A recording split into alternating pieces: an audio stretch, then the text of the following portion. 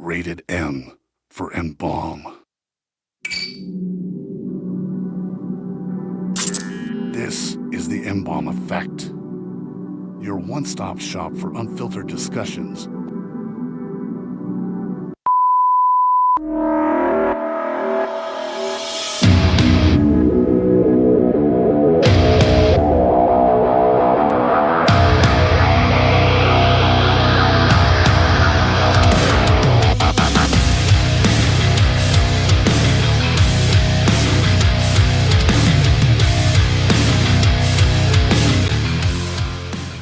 Ladies and gentlemen, it is another Saturday night. I am here by myself in studio, in the ROC, baby. Because why else wouldn't I be here? It's the M-Balm Effect night, that's why. And I am your host, none other than the M-Balm, here live and in living color. Last week, we were off completely because my wife and I had some plans last week. And I'm going to dive into that real quick. So we had plans. We had already purchased some wonderful tickets to go see Stained and Breaking Benjamin over at Saratoga.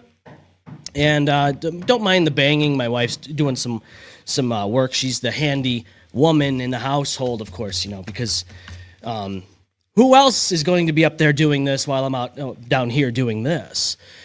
So we were supposed to go to Saratoga Springs, watch Stained and Breaking Benjamin. Great lineup. It's just classic, dad metal, right?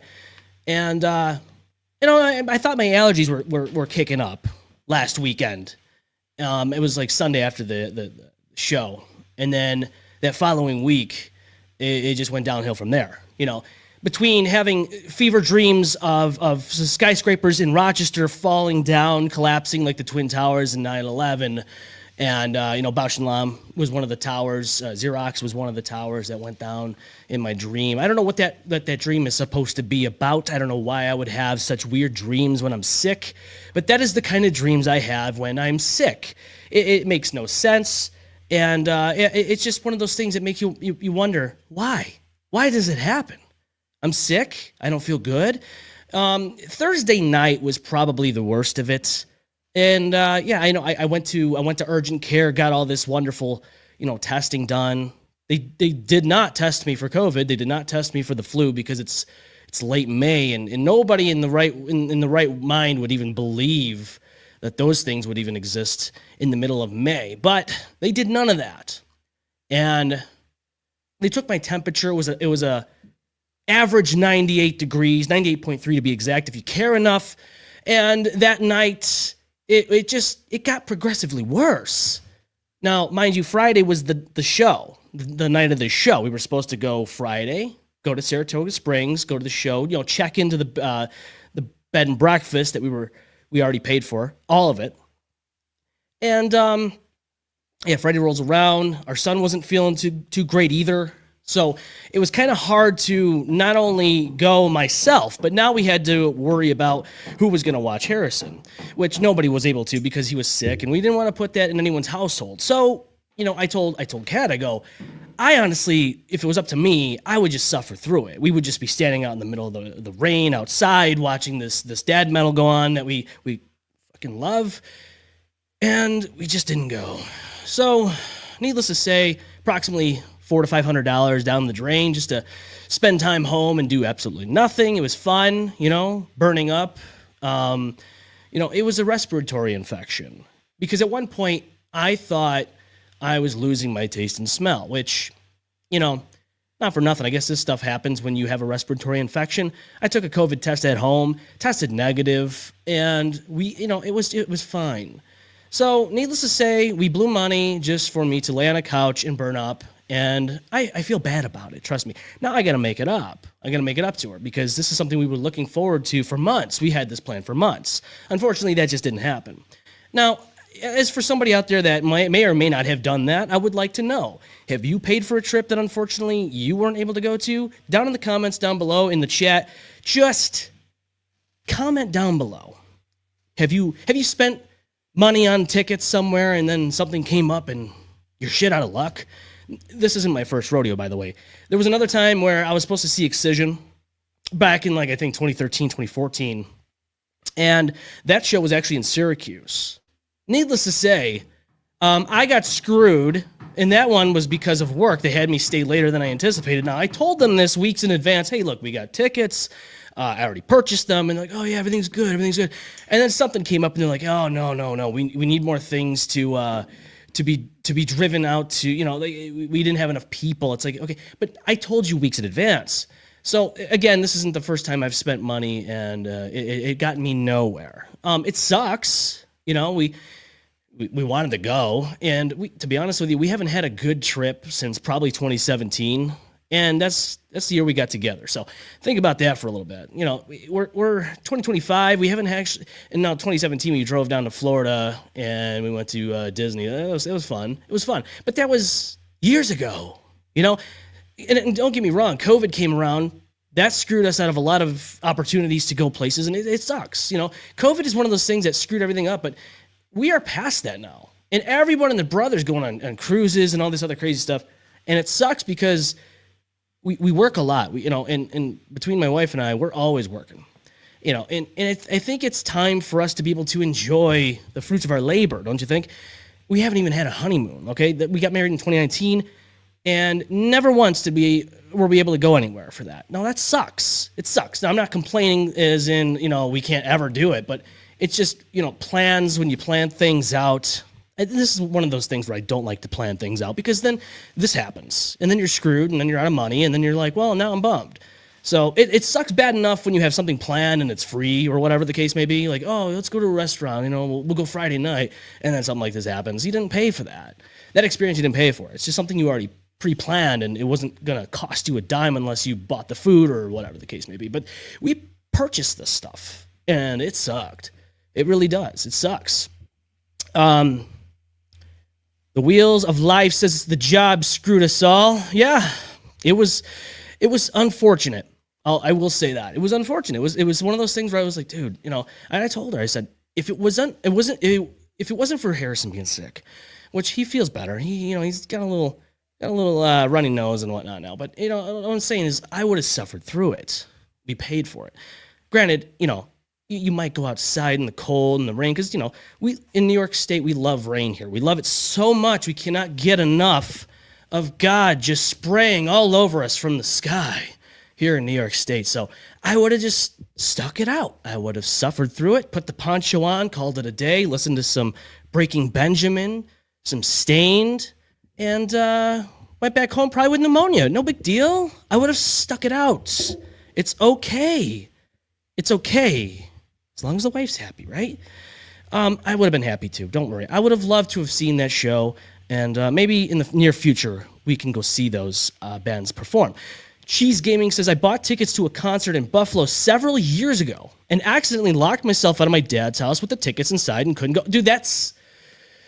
Oh, man. I think I would just bite the bullet and just smash the window. Now, I don't know the situation. I'm not sure what exactly happened in that scenario, but I will tell you right now, I would probably do anything and everything to make sure I get those tickets out of that house. I'm like, I get it, though. Not every situation is something where, if I was there, I would smash the... I get it. Especially if it's your dad's house, and he probably will Chris Benoit you if you dare smash any of the windows.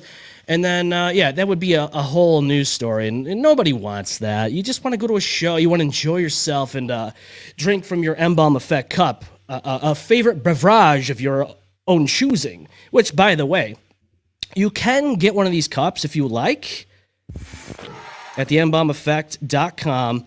You can get one of these by shopping at the shop on the mbalmeffect.com, and you can support the show, represent the dirty, because that's what we do. Oh, by the way, if you haven't already, hit that subscribe button on YouTube. Go to the YouTube channel, hit subscribe, smash the bell, and help us grow, because that's how we do things here on the show. But going back to losing out on a paid experience that you've been looking forward to, yes, it sucks. Nobody likes it. It's one of those things that people hate. I hate it. The Wiz of Life says, same man, 2019 married. Dude, it's crazy how fast time has gone. I started this show in 2019. A few months later, my wife and I got married, and then here we are in 2025. Went through a lot of crazy stuff. It really makes life, I don't know if I'm going through a midlife crisis at 34 or whatnot, but time is going by so fast, and I really don't know how to perceive or register the things that have happened in the last 6 to 10 years. It's pretty jostling, if you will, to think. Like you can't register things efficiently when you have nothing more than just time flying by you, and you wonder why. And what they say is true about having a child and time going by even faster. You think it's already bad enough when you're 30 years old, and you're like, oh my God, time is going by fast. You're like, oh, 20s gone. If I had a kid at 21, I think I'd be 46 right now. I think I'd be even maybe 50 at this point had I had a kid at 21, because at this point, that's what I'm trying to say. Time already goes by fast enough. They're not lying when they say time goes by even faster when you have a kid. It is absolutely batshit bonkers how fast time goes by. Now, I don't know if that's a perception thing or if time really is going by that fast, but I can tell you right now, as I look at the sand going down the hourglass, time is slipping away, and there's nothing we can do about it, because at this point in time, we're just in it for the ride. We're in it for the ride, and whatever happens in life, we just do what we can to enjoy the little pockets of time that we can just kind of grasp onto. And that's what we tried to do last weekend.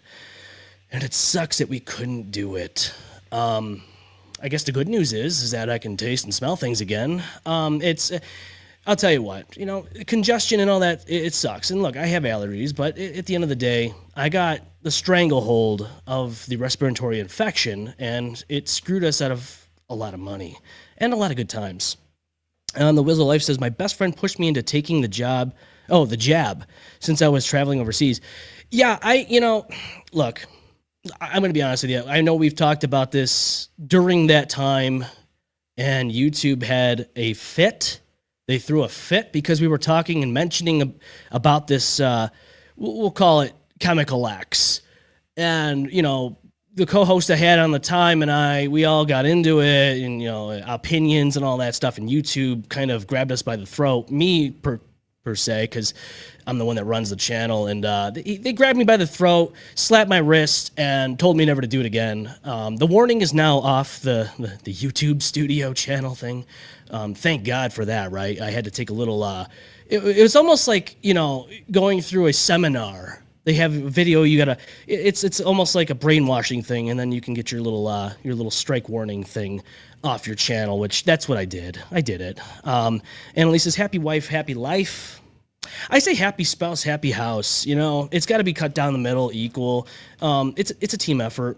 I know that a lot of people have their own opinions on that, but I think it's imperative to make sure you're both happy. If somebody's screwed mentally, lift them up, and vice versa. Because it happens.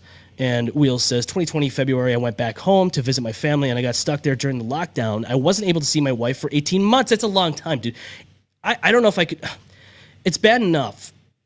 Now, I've gone on business trips and whatnot for about a month or so, and that in itself, like when I went to Kansas City, Missouri, or when I went to Philadelphia for half a month last year, it's tough. You're away from your wife, you're away from your family, you're away from your friends, and it sucks. You're away for a long time.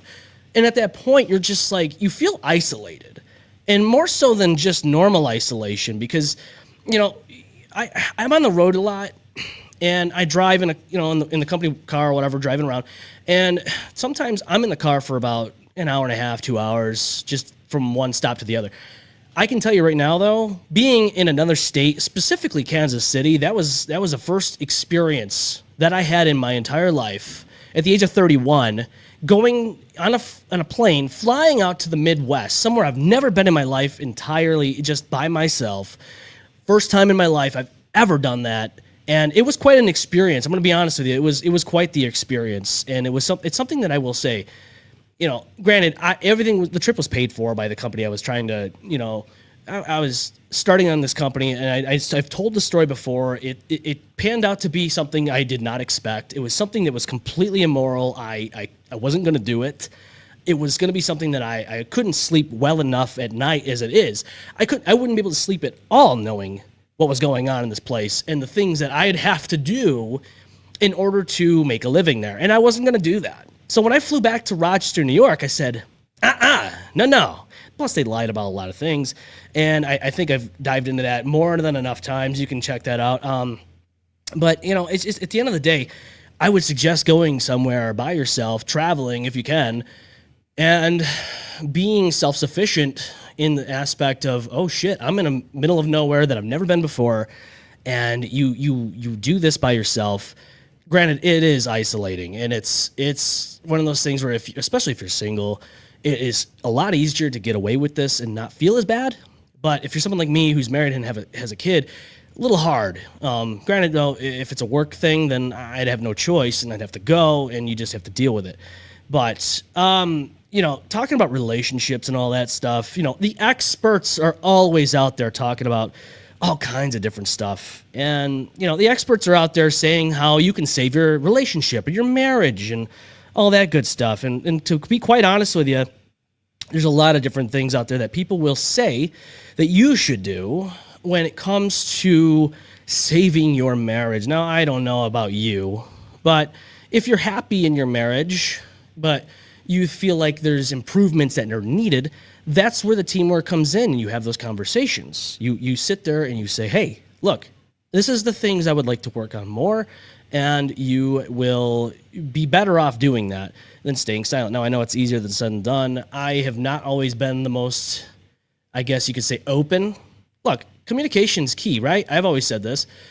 But sometimes, specifically, I guess you could say guys, it's a little harder to get past certain things.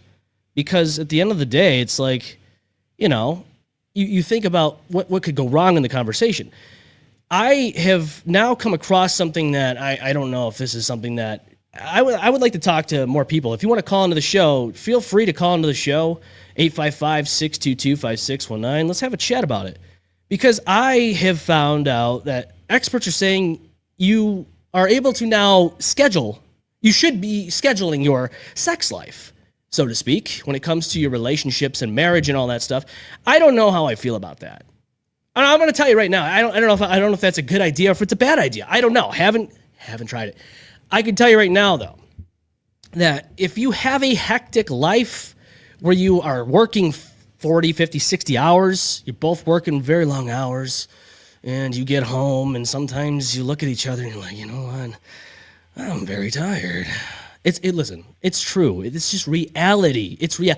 And I don't care what you think about scheduling your sex life. Maybe that is something you need to do. I don't know. But I can tell you right now, the experts are saying that this could possibly save your marriage and or relationship with your significant other. Now, I think at certain points it would get a little weird. Like, don't you think it'd be a little weird? Like, say you have it scheduled at 9 p.m.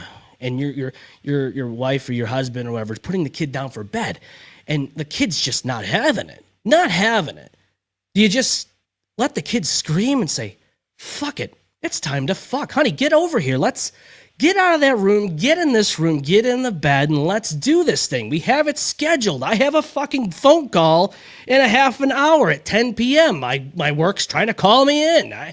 Don't you think it's a little fucked up? I don't know. It maybe some aspects it's a little easier for certain people, but like, I don't know, especially if you're working night shift. Say one's working night shift and one's working day shift. Isn't that a little hard to do? I'm not sure about you, but like, I've worked night shift before, and I felt like I had more time during my day than I do when I work night or day shift. And that's just because I don't know. My sleep schedule has been fucked up for many, many years. And by the time I worked the night shift, it didn't feel so bad. But then again, I was 24 when I started that shift years ago, doing a different job, which I was working security, and I could get away with it. Now at 34, I don't know if I could get away with it as much. But who knows? If it was up to me, I would say find those little pockets of time, slip into the bed, get into the bedroom, and call it a day. You know, bound chicka wow wow. Get in there, do your thing, and it's like watering the grass. You know what I'm saying? The grass is greener on the other side, sure.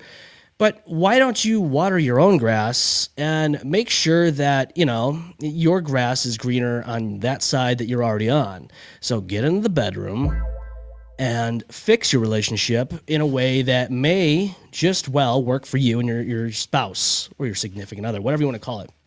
I look at it this way, okay?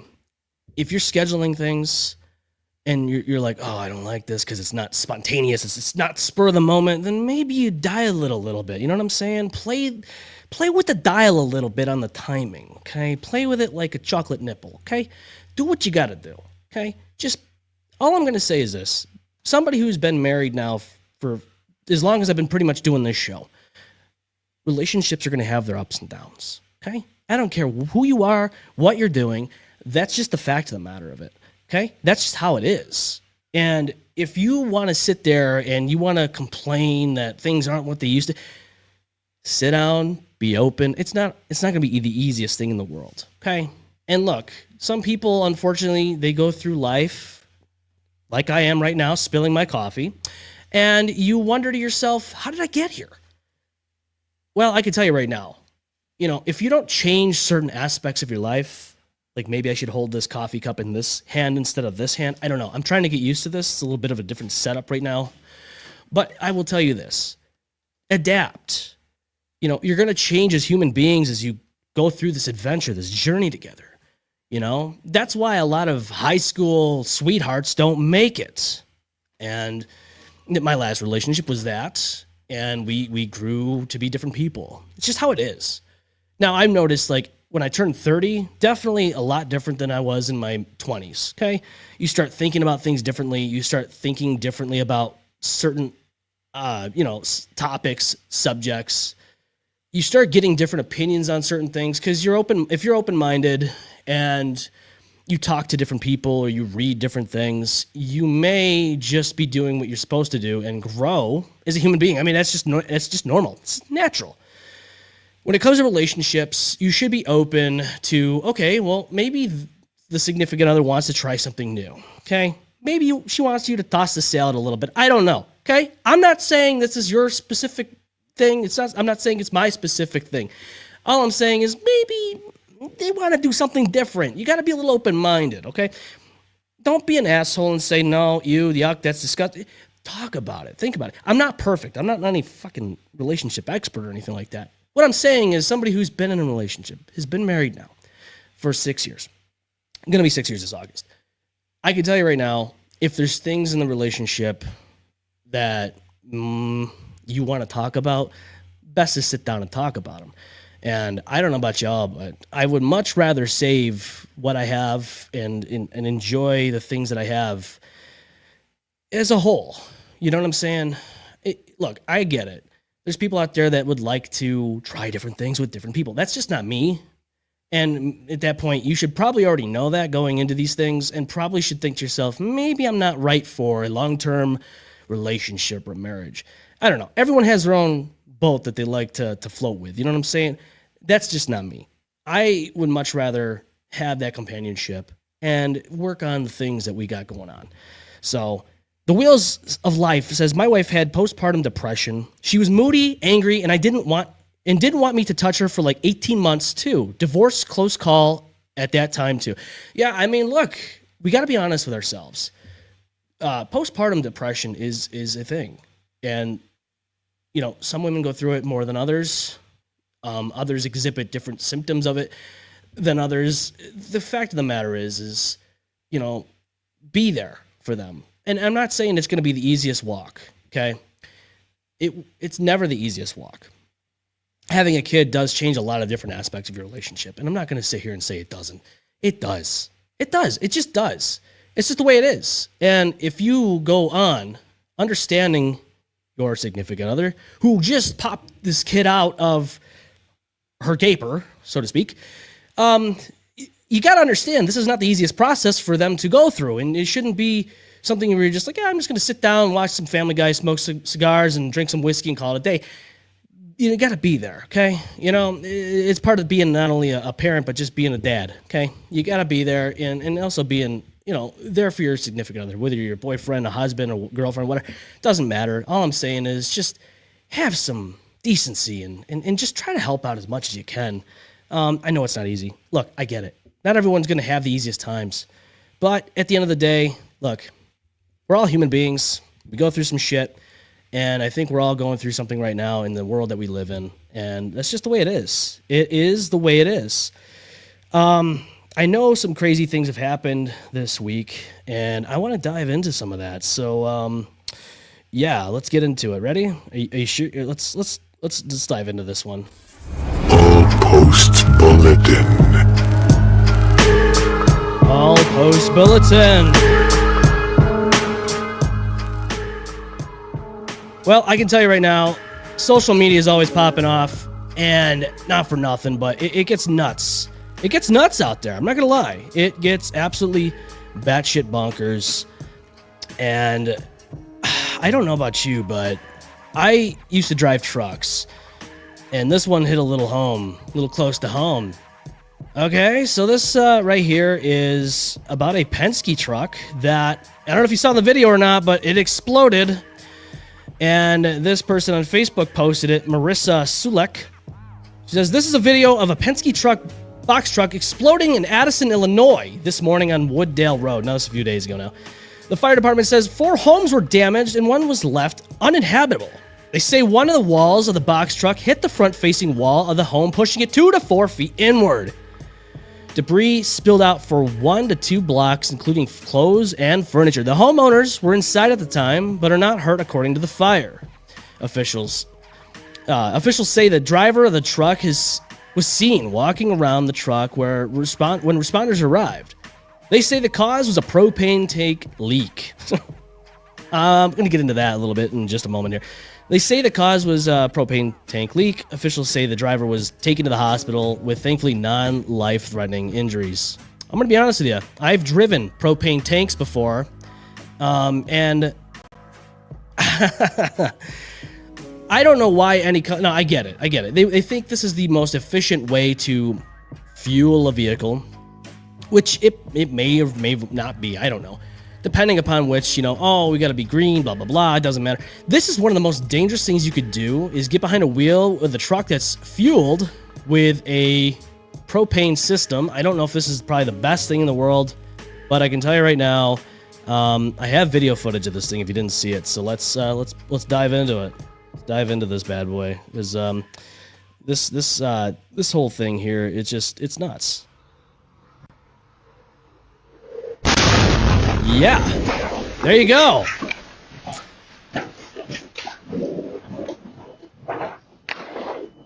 Could you imagine watching this in real time? If you didn't see it, if you're just tuning in, we're just going to play it for you one more time.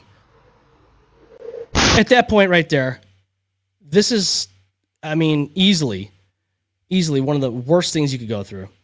And I will tell you right now, as somebody who's driven propane trucks, this is something that's always been on my mind. Always been on my mind, thinking to myself, this could happen at any moment. Now, I worked for a company who no longer exists anymore, but I will say the name, Schwann's. I worked for that company for many years, and when I first worked there, it was diesel, which I don't mind diesel.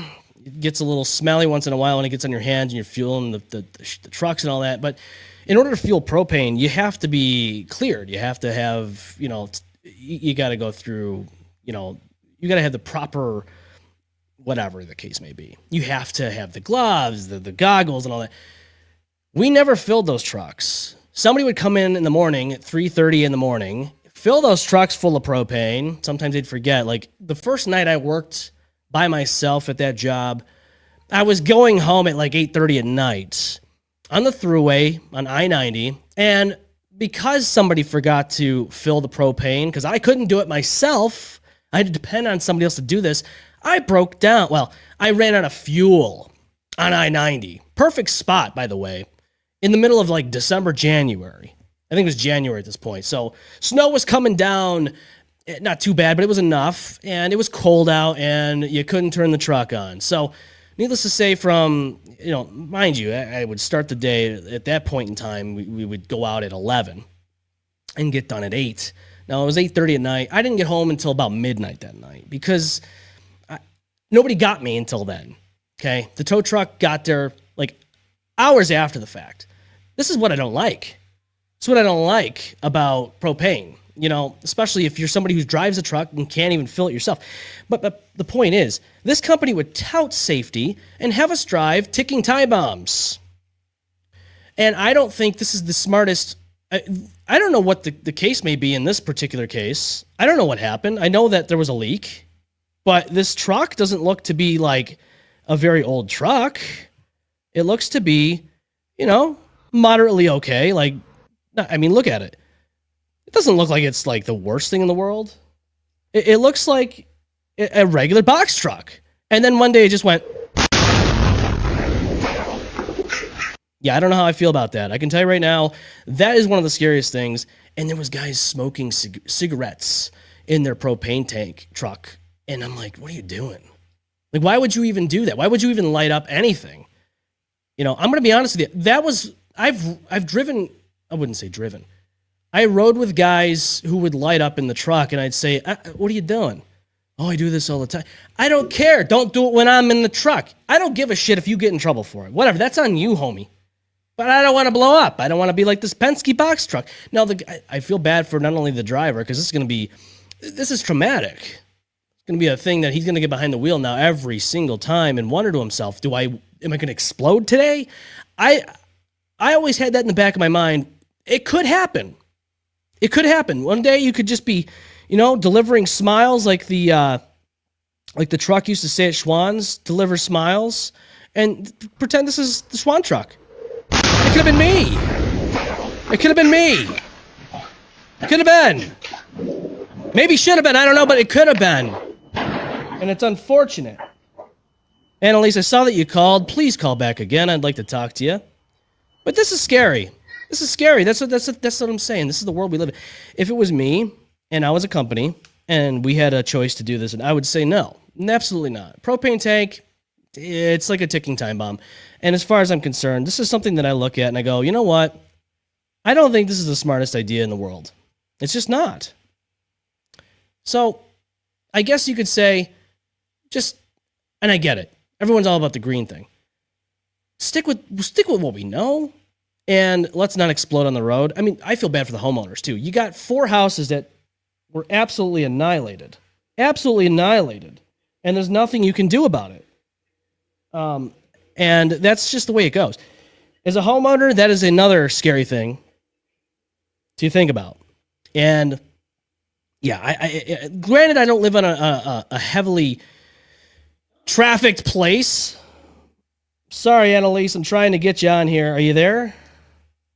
Annalise, you there? Yeah, how do you feel about did you see the truck? Did you see the truck exploding? How do you feel about that? Like, I don't know.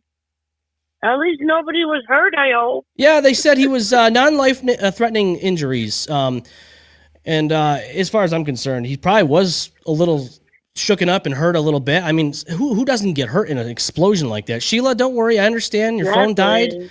So tuning in now, you can see what's going on.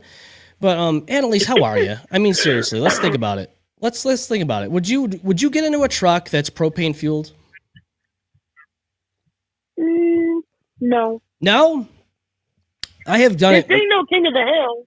I've done it many, many times. And I'll tell you what, I was not down with the propane and propane accessories. Propane.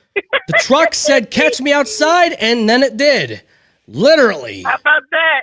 It was, look, all I'm saying is the people in those houses that were by the truck's explosion, they're also traumatized. That's crazy. They're also traumatized. There's nothing you can do. Now think about it. You put the kid down for a nap.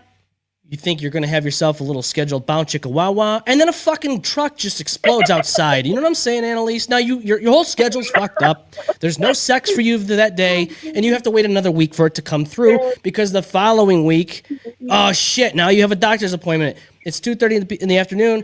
No sex that week either. Now you've gone on 2 weeks. You're upset. You're sexually frustrated. Your house has blown to smithereens a little bit because of this truck, and it's all because of propane. It's propane's fault. It's Hank Hill's fault. And all I'm going to say is this. If you're somebody in that predicament, wouldn't you want to sue the company?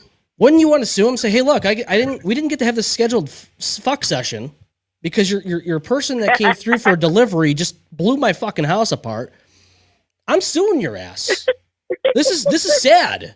No sex for 2 weeks now because you blew my house up with your Penske truck. Absolutely asinine. It's downright disappointing and it's disgusting. Absolutely not. It's, as far as I'm concerned, You need that brown cow. that's right. You need a little relief in life. A little relief. Whoa. You know what I'm saying? Whoa. And if an explosion hinders you from having an explosion in your pants, that's in itself a problem. And you should sue like a true red-blooded American is supposed to. Don't you think so, Annalise? Especially in New York City. Even without people, it's chaos. There's no. That's what Nobody's safe. I'm gonna do one of these. Nobody's safe. Nobody's safe. When I get behind this studio, I don't care if it's a nice tame day or if it's a off the wall day where we're tasing each other with stun guns. Nobody's safe. And as far as I'm concerned, nobody should be safe in this aspect where you get away with this. You ruin someone's sex life because you have a Penske truck blowing up in the middle of, Montgomery Street. Okay? That's crazy. It's nuts. Like how? How? I don't know. There's a leak happening in the propane, which I don't trust it. I think it's an absolute asinine system to fuel your truck. I understand, again, we want to be fuel efficient. Mm-hmm. But you are blowing people up. You're blowing people up. You're blowing everyone's... This is the biggest cock block I've seen in a long time. And as far as I'm concerned, this is something that I don't think it's appropriate. It's not appropriate. Don't be driving ticking time bombs down someone's street where there's plenty of houses to be had. The Wheels of Life says, shit kind of funny how it exploded, though. I mean, look at this thing. Let's one more time. I mean, this is absolutely nuts. When you look at this. It's crazy. Oh, there, it's gone. And there it is. There you have it. And at that point, you should hear do do do do do do do do do do do do do do do do do. They should have a montage. They should have a montage of just trucks exploding after this. This would be the beginning of it. If I could play the song without getting slammed to the ground as hard as possible by Google and YouTube for copyright strikes, I would play it for you, but I can't. They'd come down here with AR-15s and gun me down live on this stream, and it would not be good because Annalise is on the phone with me and she'd be talking to a dead person. And then they would call her Sylvia Brown. And then they would talk about how she's faking the psychic medium shit that Sylvia Brown... Do you know Sylvia Brown, Annalise? No. She's no longer with us. Not that I'm aware. She's no longer with us. She used to be on Montel on Wednesdays. Montel Williams. Mm-hmm. There was this one time she was talking to this lady, and she's like, oh, he's in water. He's in water. And the lady's like, he died in 9/11. And Sylvia Brown's like, he said he's in water, honey, okay?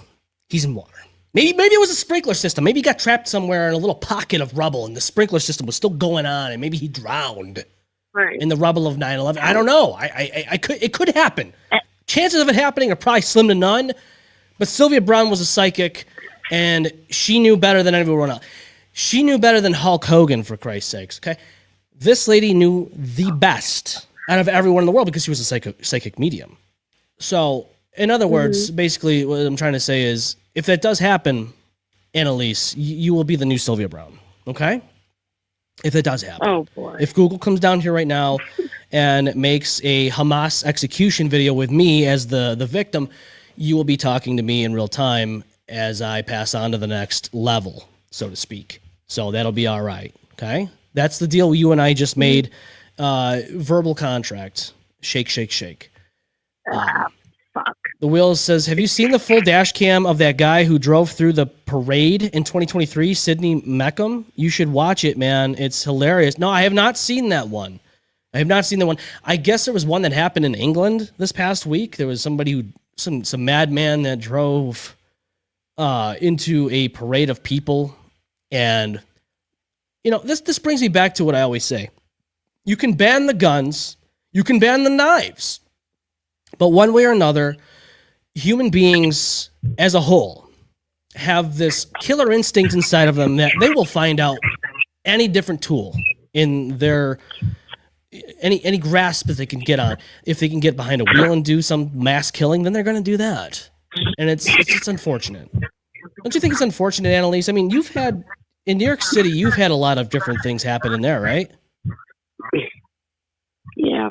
It's crazy. Wheels says he didn't hit anyone with this car, by the way. Yeah, I mean, that might be the one time that it didn't happen.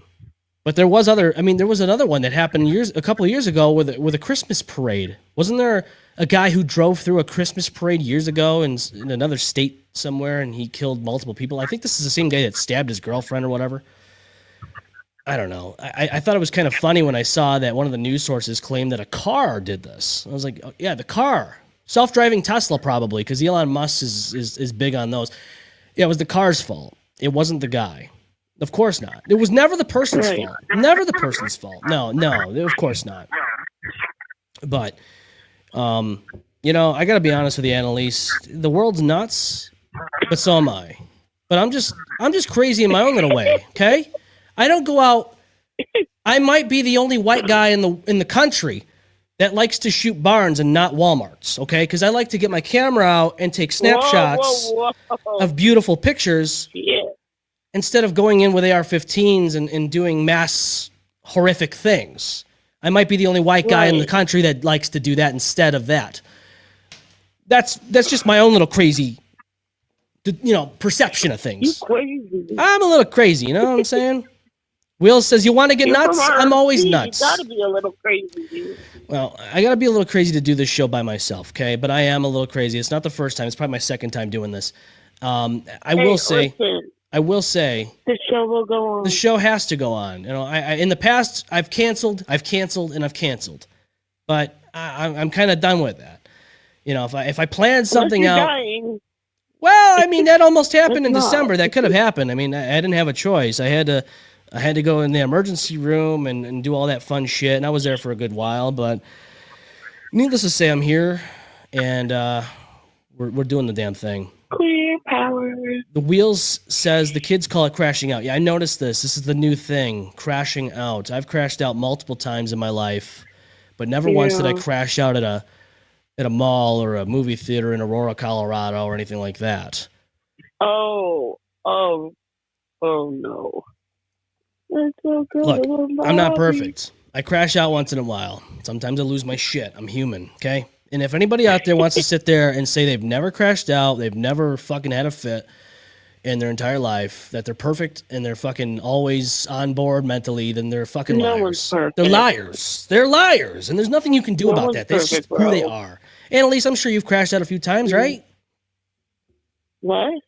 You've crashed out a few times, right? You've had the fits. You've had episodes before. We've all had episodes. This is episode 238, by the way. I see what you did there. Yeah. Well, look, mental health, one of those things that we talk about a lot on this show, and it holds true. Sure. It holds true because I lately it's been very difficult. I've been in a very dark spot, if I got to be honest with you. And it sucks. And, I get tired of people saying things like, oh, just cheer up. Or I read something on Facebook today, and it's not the first time I've heard of this, but it was something along the lines of, oh, I understand you're upset and blah, blah, blah, but just think, you don't have, there's other people out there that have it worse. Okay, that's cool. That's fine. Right. I mean, I get that that's going to happen, but... That makes me even more worse. But don't you think that's downplaying someone's problems? Don't you think that's pretty much telling somebody, hey, your problems don't fucking matter, suck it up, and just... It's like, yeah, okay, if I could just suck it up and flip a switch, then sure, I'd smile and mean it, but the fact of the matter is, look, and I wasn't going to plan on talking about this right now, but I think it's important, and I know you're a fan of, like, music scene and all that. There's a lot of things happening right now that is very depressing, and we just saw this with the Dropout Kings, their singer, who unfortunately passed away. It's crazy. Now, a little bit ago, a few weeks back, there was another person who had scheduled a post on Facebook, basically their suicide note on Facebook, and they did themselves in, and this post went through, and people were commenting on it, and I'm going to be honest with you, those have kind of hit hard, and the Dropout Kings. the Dropout Kings one specifically right now because the guy has a wife and kid, and Right. I can relate to that. And so, Mhm. you know, granted, you look at somebody who's they're making music, they seem to be doing well. I don't care what anyone says. You could be doing well. You could be doing well financially. You could be doing well with your career. You could be doing well with like your music, your podcast, your acting, your whatever the case, whatever you're doing. You could be doing well. Mhm. But I think people forget that that's not going to fix everything. Mentally, we can't just flip a switch and say, yeah, I have everything going for me right now. Everything's great. I should be happy. I'm going to be. It doesn't work that way. You have to realize that depression and anxiety and mental health and mental illness, it's a struggle that if you don't know what it's like, then you should be very grateful and thankful for that. If you're somebody who's gone through depression and has battled through it and is still alive today, look, you got to understand something. Not everyone that's depressed is going to be suicidal. And maybe some have that tendency of thinking about it. It is not an easy thing to talk about. And as a society, we fail each other miserably when it comes to mental health. We fail each other horribly. Actually, it's astounding how we haven't done anything yet to try and help each other, I don't know, be able to talk about it more. And as somebody who goes through it myself, I got to be honest with you, it is one of the most damning things to go through. And there's people on the show crew that, has gone through it, and I give them space. I give a lot of people space when I know, because I'm the same way. If I go through something like I am going through right now, I isolate. And I know we talked about isolation at the beginning of the episode, but going through a dark time is not the easiest. You don't want to always look. My social battery has been very low, and going back and scrubbing through some of the podcast episodes that have been done lately, I've noticed that with myself, that it's difficult sometimes to do the show, especially when it goes 3 hours. I try to cut it down to an hour and a half to 2 hours. I think that's a good sweet spot for time. I mean, sometimes these shows do go on 3 hours, and sometimes we lose track of time. It depends on who's in the studio, what we're talking about, and what we're doing. But my social battery it's been very low. And when you fall down these, and I've talked about this with Jeff Pierce when I did that episode with him at his tattoo parlor. And to be honest with you, dude, it's like when you go down these dark pits that you fall down into, and look, you can sit there and you can say, hey, just think about brighter days ahead. Yeah, and I say that. I look forward to brighter days. I always say that. But at the time, it's like, this is a dark hole. And I think of it like this. Depression is like falling into a huge vat of oil, and you're just being sunk down and you're drowning. That's how I feel about depression. You're getting sucked down into a vat of oil, and you are trying to reach up for something, maybe somebody to grab down and grab you out of it. But it's sometimes hopeless. And I think some people are in that vat of oil and they sink to the bottom. And that's unfortunately where people are no longer with us anymore. But, it's something that I will say, it's like waves. Everyone's depression, everyone's mental illness and health and all that stuff is different. I'm not going to sit here and compare myself to other people or anything like that. And I think it's not fair to, because who are we to, understand someone else's situations, but I will say, like, in my own form of battles that I've gone through with mental health, that's kind of how I feel.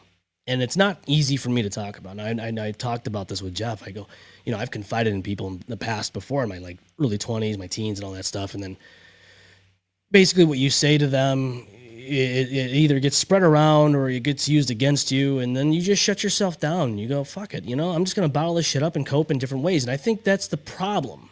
is that we don't take it seriously enough where other people you feel comfortable enough to talk to somebody else. I don't, and I get this also because I don't like when people say, well, you should always, it's like, okay, but everyone's going through something. But here's the thing, have a little compassion. And I've reached out to friends and stuff, even now going through this shit. And I've asked how they are.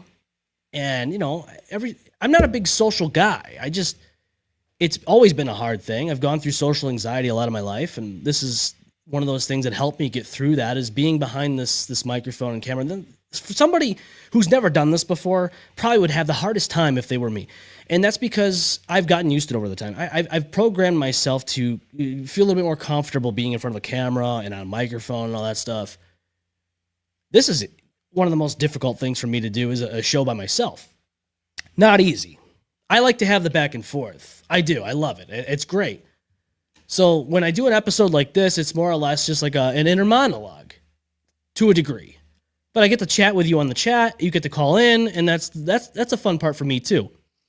But I also like to incorporate the recorded episodes like I did with Jeff. And that's coming soon. They're actually going to have more. I have a few people that I've talked to that some are scheduled and some aren't yet, but it's coming. And the reason why I like to record some of these interviews is because it's less distracting. I'm not focusing on this, that, and the other. I think it's cool to be able to have that one-on-one conversation. But when it comes to like socializing with mental health issues and stuff like that, it's not always easy. And I think a lot of us out there that don't reach out, myself included, is, I guess I understand it from a point where I'm like, okay, this person has something going on too, and I'm not gonna drag them down even further. I mean, they have enough on their plate, and I know it's probably a bad idea to think. You don't know what somebody's going through, okay? So you could reach out to somebody, tell them how you feel, but at the same time, they're also drowning in this vat of oil of their own, and you don't know it. Maybe you do. I don't know. So I guess my question is, how do we at least come to a middle ground where we can both help each other out of these vats of oil, which is depression? How do we help each other out of it without dragging one another down or making yourself feel like a burden to that person? Or how do you go about it where you feel you can both help each other, lift each other up in some way, shape, or form? That in itself should be a conversation. What can we do to also combat mental illness in this society that we live in? I mean, look, we have the high cost of living. We have the divisiveness in our country, let alone the world. We have a lot of things going against us as people, as human beings. But at the same time, it doesn't have to be all doom and gloom. We can find something within the noise to get through it. And that's the part that I wish we would look at a little bit more. Take a little bit more seriously. Some people have fallen into the vices that they fall into, drinking, like I've talked to Jeff about, hardcore drug abuse, and falling into the world of narcotics, and so on and so forth, especially people that have, addictive personality traits, which I'm thankful I don't. So, I don't know. I guess, you have to have at least some type of perception of why somebody why people do the things that they do. So, instead of being like, oh, wow, look at this fucking guy, he's drinking his life away. Look at it like, well, how did he end up there? And how can he get the help he needs? Now, I understand it's not always about, oh, we should help this person. It's more or less this person should really, get to a point where they help themselves. Now, how do you do that, right? Well, that's kind of an individual basis, I guess. Not everyone's able to do that. And, all you can do is be there for that person. Again, it goes hand in hand with mental health and addiction. I think both of them go hand in hand with each other to a degree, depending on who you are and what you are all about, But it's just, it sucks. As a society, it's terrible. It's terrible. Sheila says, all because I said if I was back in my 20s, I would just walk in and take care of the bully. They know now mama don't play. Oh, Sheila said before that, I crashed out a couple weeks ago, and the people that pissed me off tried to put a protection order on me, but the judge dismissed it. Yeah, I mean, look, I've been screwed by the system, and as a 19-year-old kid, I had parked at a friend's house, and I was going through it back then too. Mental health sucked back then too, and I think you just learn different ways to cope. But there was a time where this guy that owned the property that my friend lived at did not take care of the roof and all that with the ice buildup, and it fell on the truck that I had. And I think I told this story many years ago on the show. Maybe I didn't. I don't know. The fact of the matter is don't ever trust the system, because the guy who owned the house was an ex-cop, and the judge and the ex-cop met up before the court. It was small claims court, and the judge told me as a 19-year-old kid I should have walked my ass 2.5 miles through the fucking snow and the cold to my friend's house. I should have parked my truck in the village of the town I was in and walked 2.5 miles through the wintry streets to my friend's house, and I shouldn't have parked where I parked. That's just nice of the judge. And he's no longer in the court system, by the way. He got taken out of there by force, because he was doing other shady shit. But needless to say, did not help me out at 19 when I was having, mental health stuff going on. But I'm sorry to hear that, Sheila. I know it sucks. Crashing out sucks. Nobody wants to be that guy or woman. Nobody wants that. Nobody wants it. Memorial Day weekend, I kind of crashed out a little bit. We were at my sister's. We had a nice cookout. Everybody had good food. I could barely taste it because my respiratory infection was at its peak. Not really. I wasn't contagious or anything like that. It was an infection. So you do what you can to take care of it. But I was miserable. I was miserable about the fact we couldn't go see the show we paid for. I was miserable that I didn't get to have one-on-one time with my wife going to Saratoga, because it would have been fun. We needed that little getaway, and we didn't get it. It's just a lot of shit going on. And I kind of crashed out at the end of that family get-together, and I felt bad about it. I texted in the family chat. I was like, sorry that this happened. I did a little flippy flip outside. Not at anybody. I just was a little bit louder vocally than I should have been. And, but look, we crash out, and we're human beings, and it's just the shit that happens. It's not fun. We don't like it, but, it is what it is. Wheels says, at least American society has made a push to normalize being open about mental health issues. I live in Taiwan, and I'd say in Asia in general, it's still frowned upon to express our issues. Yeah, that's not fair. And I understand every country has a different belief in mental health, and they have their own ways of working, around it, or whatever the case may be. And America does have better things than other countries. I will give that to this country. And I'm sorry that, they haven't figured it out yet in other countries. Look, I don't care what anyone says. It's not just the United States that's got a mental health crisis going on. It's the whole world. Look at the state of affairs that we got going on in this place. If only at least a little fraction of humanity figured this out. Like, can we just stop fucking around?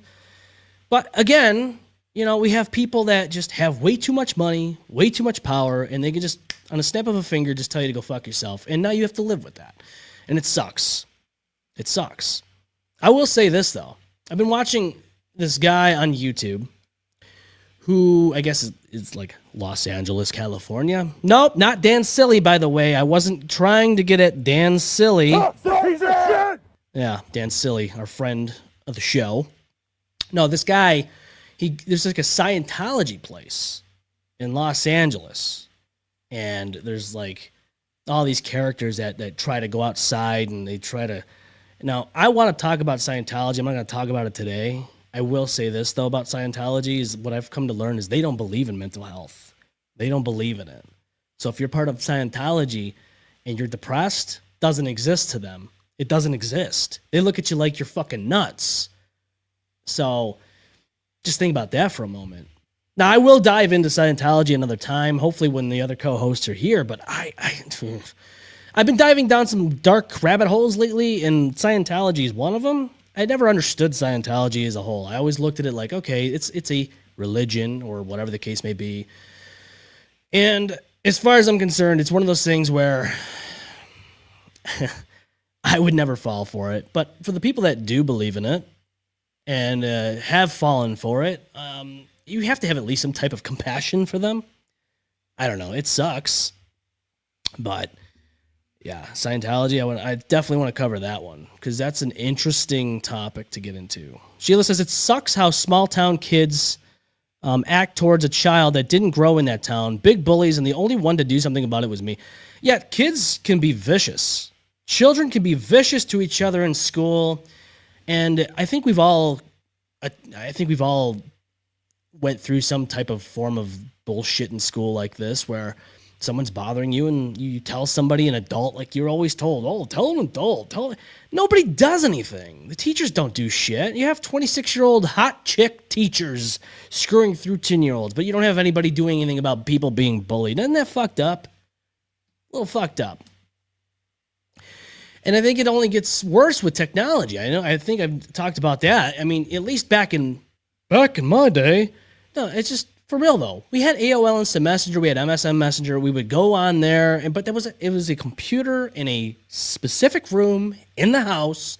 And once you were done, once you shut that computer down, may it be a Hewlett Packard or a Compaq, you would then be untethered from the world of the internet, and you could just get away with it. You could be done with somebody trying to fuck with you.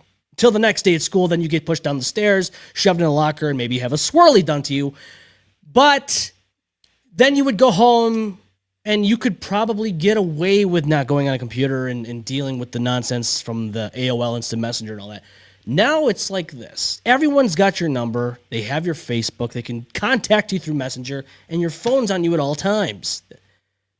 Mental health for kids is probably at its peak right now. It's probably the worst it's been in a long time because it's constant. You don't get away from it. It's following you all the time.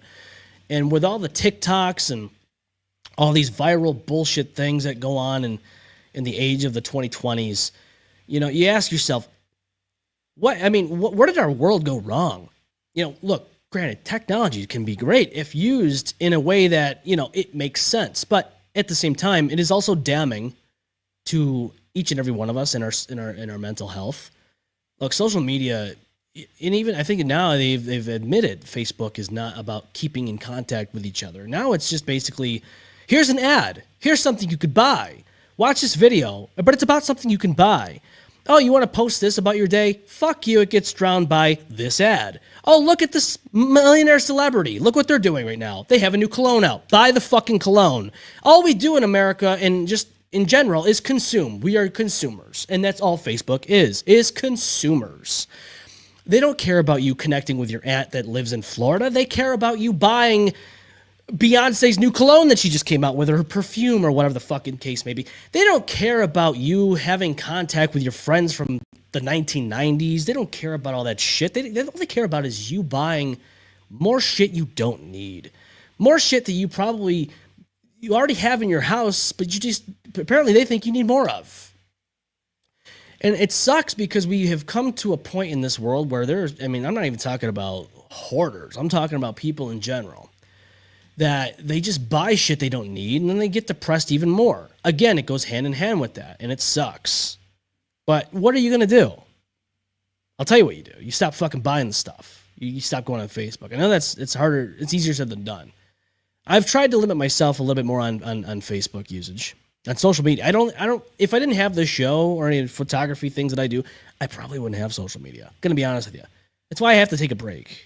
And for those of you who have been trying to get a hold of me on Messenger, I'm sorry, I'm not always on Messenger. By the way, I do reply to you sometimes, and it doesn't send it to you. Again, this is a new problem I've had with Facebook Messenger. It does not send you any messages. I go back, and the thing I sent you is completely gone, as if it never happened. So maybe I did reply to you. I don't know. It's nuts. Social media as a whole sucks.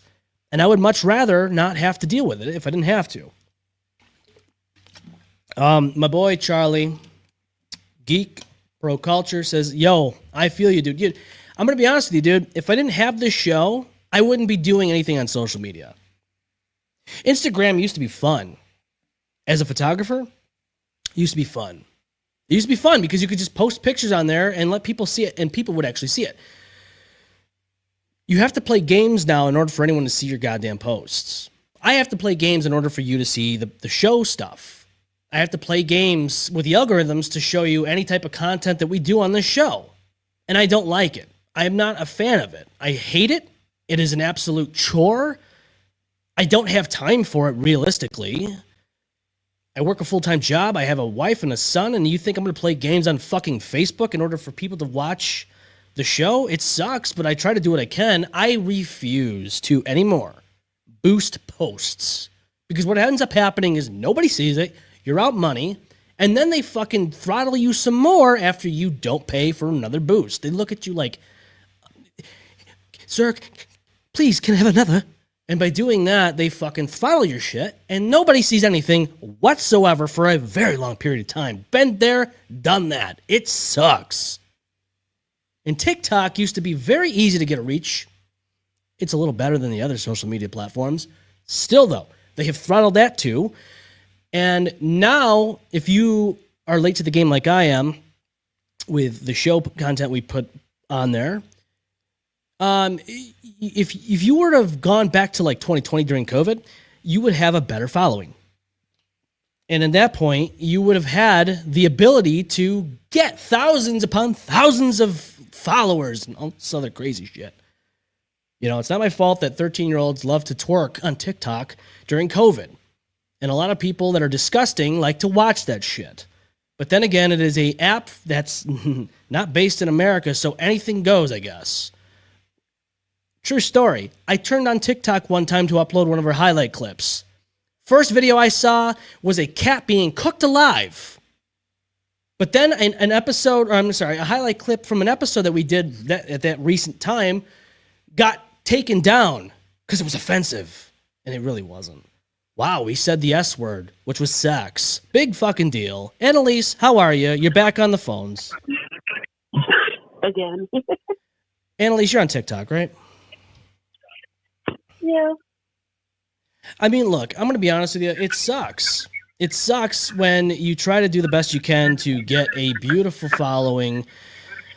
I'm not saying our content's perfect, but I will say that I've seen worse shit out there that somehow, like, there's a dude that's out there on YouTube who has I wouldn't even say a show. He's got a YouTube channel, and all he does is sit in the middle of his fucking living room and in his disgusting apartment, doesn't interact with the fans that are chatting up a storm on his fucking YouTube feed. And all he does is talk about how miserable he is. And he's my age. He's actually a little bit younger than I am, and he looks like he's 46. And I look at it like this, okay? Look at it like this. There's a lot better content out there that I've seen that should have more followers and subscribers than they do. And then I look at this guy who has 100 and something thousand followers on his YouTube channel and go, how? There's no effort put in, no production value, no quality, no titles to please the SEO, which is the search engine optimization. No description other than today I have a taste test of this drink, which is some lame drink. Nobody cares. And this guy somehow gets the massive following of 100 and something thousand followers. It's nuts. He looks like a dollar store version of one of the old co-hosts that I used to have on this show. And I look at it like this. It's absolutely It's depressing. It's depressing because I put a lot of work and money into this show. And this guy just sits on his ass getting high all day, probably doing other massive copious amounts of drugs. And yet he gets money doing the stupid shit of just sitting in the middle of his living room talking about how miserable his life is and that some chick flew across the state border line to come ruin his life and fuck his friend. I don't know. Some weird story that just happened like a year ago. And I'm like, this guy, he's one of the most miserable people on this planet. Hates everybody that follows him just about, sells these fucking weird things that he calls wands, gets kicked out of his apartment complexes, and he somehow makes it. It's crazy. It's nuts. It's nuts. But Annalise, on that note, let me ask you this. What's your favorite YouTube channel right now? No. Ooh. Besides yours? Besides ours. Of course, we know this is the most favorite, right? This is your favorite YouTube channel of all time. Well, No. No, you don't know? I'm gonna tell you. I'm gonna tell you right now. One of my favorite YouTube channels right now is Skeeter Gene. Go check him out, Skeet Hansen. One of my favorite. This guy deserves the millions of followers this guy gets. I think for me, my favorite YouTubers involve theme parks, haunted houses, and that's about it. Is there one specific that you can think of right now that you can name on this show right now? There's several, but her channel's called Super Enthused. Talk slut. Yeah, she's a talk slut. Talk slut. Excuse me. Talk slut. Don't you bring that yes energy? Talk slut. I'll give you this. 1 up. You get a 1 up for that, Annalise. You get a 1 up for that. I got to be honest with you. Another. I guess you could say niche. I hate the fucking word niche. I'll put it this way. Another category of video that I love to watch on YouTube is abandoned places. I love watching videos of people. Not even paranormal investigating. I'm talking like, what is this one called? Void. Oh God. I don't know. This is actually a girl that does this. A woman. I don't want to say girl. She's like in her 20s. There is something I want to ask. Go ahead. Do you think it's weird to watch, like, police stuff? What do you mean police stuff? Like the body cam stuff? Yeah. I do it all the time. Not all the time, but that's one of my categories that I go to. But definitely I say the haunted houses and theme parks are like, and music for sleeping and stuff, but yeah, the meditation, like not meditation, but like yeah. Good soup. Look, as somebody who's dived into the world of the paranormal, I'll catch some different ones. Obviously, Project Fear is one of my favorite ones. If you don't know who that is, they were on TV at one point under the name Destination Fear. And I absolutely enjoy their content. I enjoyed it when it was on TV. I absolutely enjoy it now even more while they're on YouTube because they have more creative freedom than they did under contract when they were through Travel Channel or whatever it was that they were on. I absolutely enjoy being able to watch somebody in their authentic form than somebody who's doing something because of television network. Follow-up question. What's that? You got another question? I have a follow-up question. Yeah, of course. Well, I have several. Yeah, well, that's fine. We have a lot of questions. What do you think of those types of movies? What do I think of what? I'm sorry. No, I was talking, like you were talking about the paranormal. Yeah, what about it? And that got me thinking about the Conjuring film. So the new one coming out. Yeah. Like Final Destination. So what is your opinion on those types of things? So let me I love them. You mean, are we talking about Final Destination or are we talking about The Conjuring?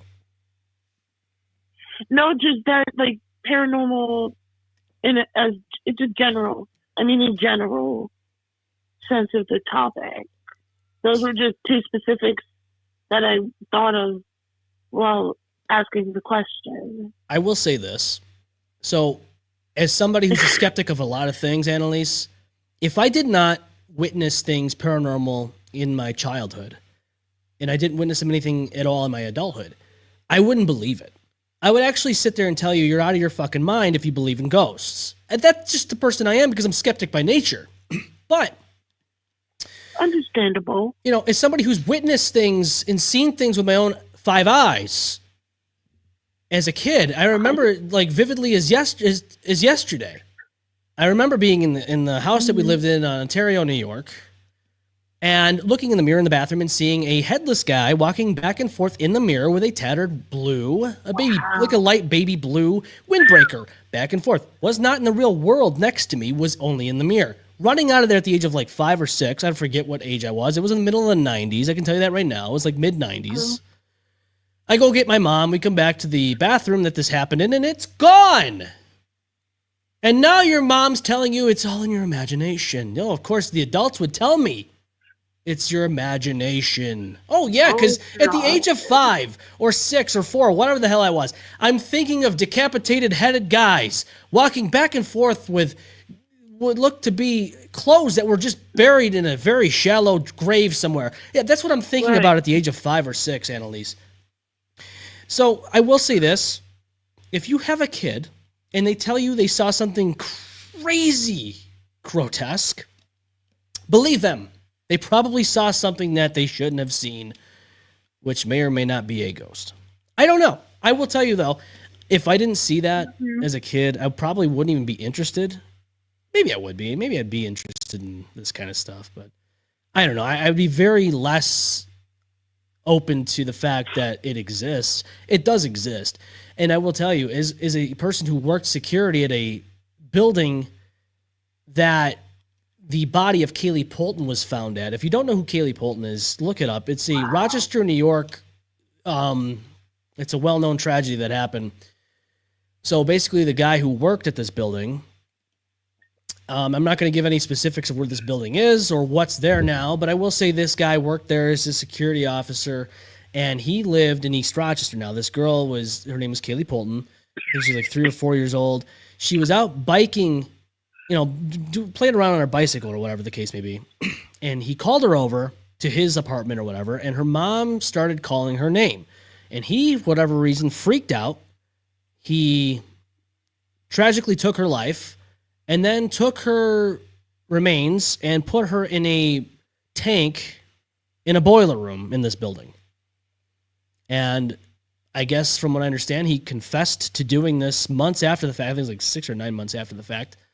Police went in there. They searched. Wow. They searched the building where he said that this girl would be, and they found her remains, and he was obviously arrested for it. And come to find out after the fact, he was also somebody who killed an old lady in the 80s. So this guy was no good.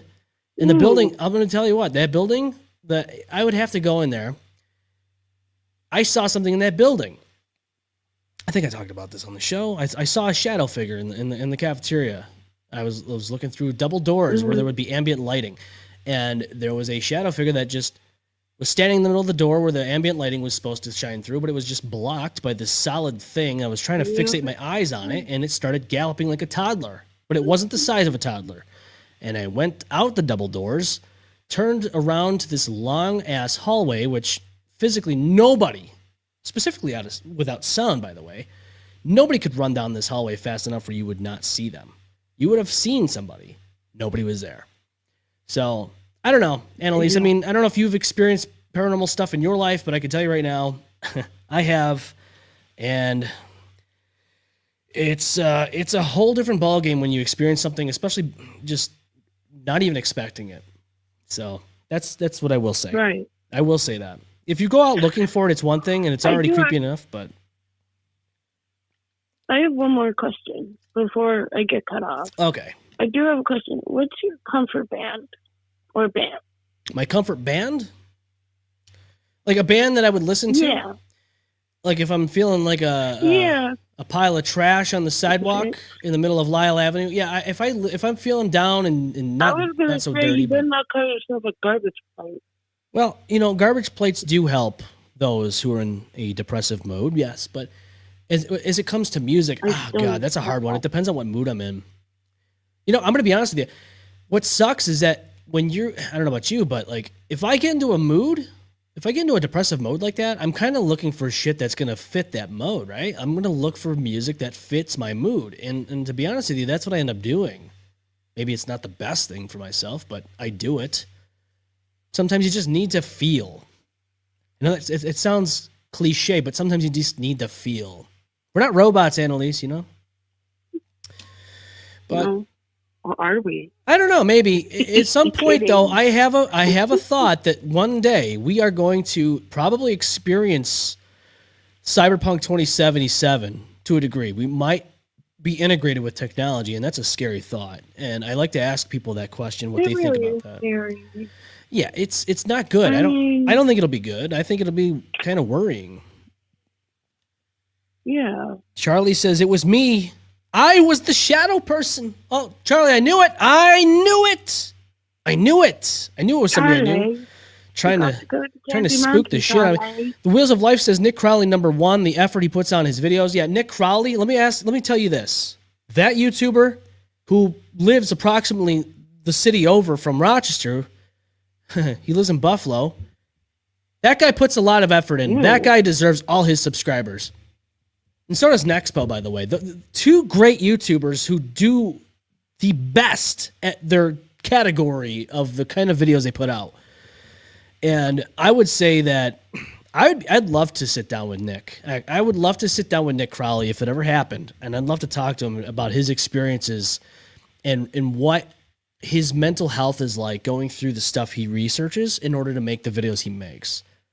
Because doing the research that I've done on this show alone, specifically like the murder cases we talk about on this show and all that, it's taxing on the mind. I'm not going to lie to you. It is very toxic for somebody's mental capacity of mental health and all that stuff. It's not good. But you know what? It's needed. Because if people are afraid to talk about stuff and are afraid of the way they're going to feel about it, well, then what are we doing? You know, we need to talk about this stuff. You're not. Yeah. Will says he uploads once a month or so. Yeah, he does, but at least he puts out quality video. The guy works hard, so does Nexpo. They put out...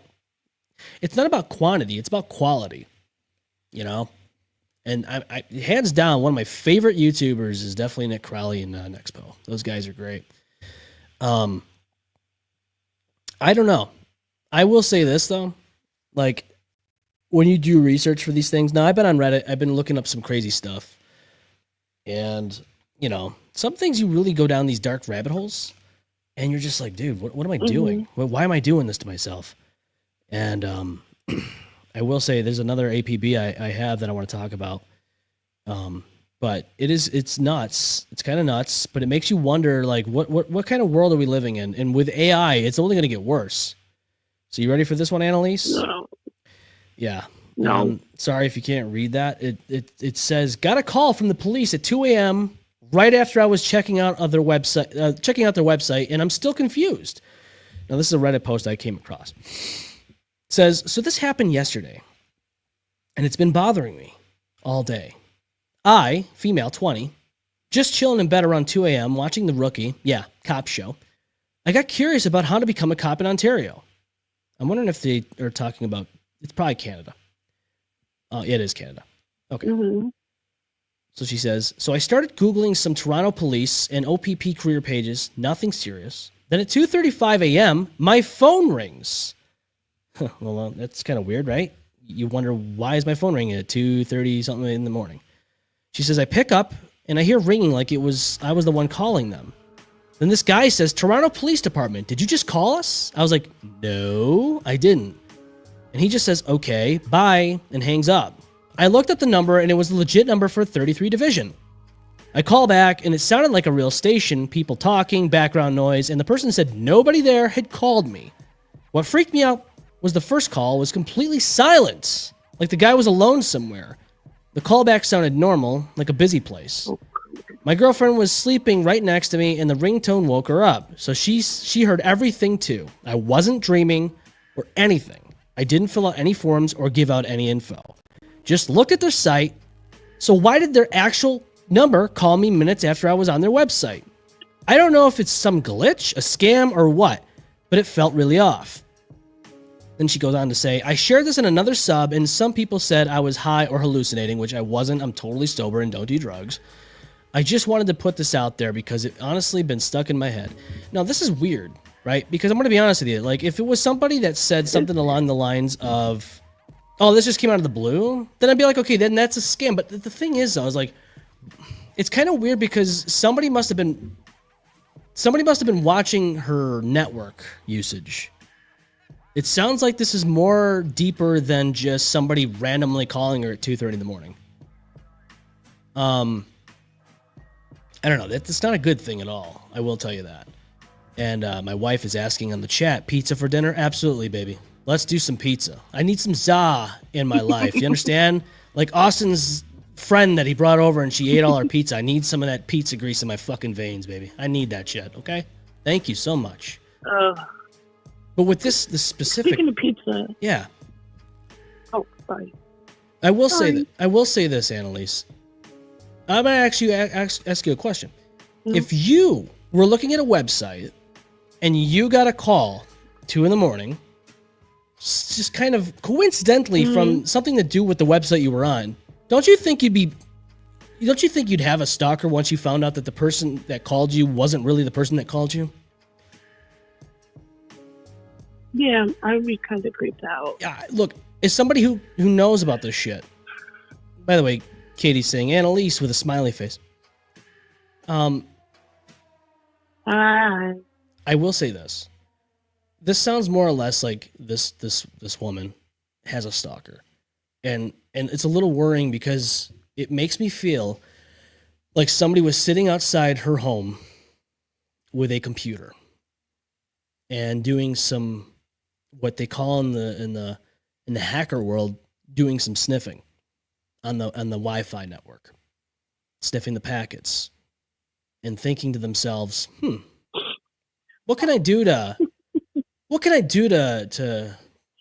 I don't know, whatever. I don't know what the intent would be, but it sounds like from what I'm gathering in this situation, it sounds like this person was hacking her Wi-Fi, sniffing the packets of what she was going on, like this website, and then going, "Hey, let's call her," from a spoofed number. I mean, it's easy to spoof. Nobody in this world can tell you that, it's not possible, because it is. I mean, yours truly has done it in the past. Not only as a prank on friends and family. That's about it. But I would never do anything with malintent. What I'm saying is this woman has worse problems than she probably realizes, and I would definitely be more aware of who's outside, what cars are outside my apartment or house or whatever, and I would just be more aware of my situation. But to me, it sounds more or less like this person has, I don't know, it's not good. I can tell you that right now. This lady is definitely in trouble. It's definitely in trouble. She's definitely got to open her eyes more, because this is not just a random call. This is not just a random scam. This sounds to me like somebody was spying on her network, on her internet usage, and was like, "Hey, she's interested in the police. Let's call her from the police number." So I don't know, Annalise. Sounds like a very sketchy thing. That I will tell you. Are you there? I think you hung up. Might have got cut off. But I don't know what is this, okay? The only thing scarier than a 2 a.m. call is a 2 a.m. call from your drunk ex. That would be a problem. Then you would know exactly who it is, and then you'd probably wonder to yourself, that's odd. Am I going to get fucked again? Not in a good way? I don't know. All I'm saying is this. I would be a little worried if I was this woman.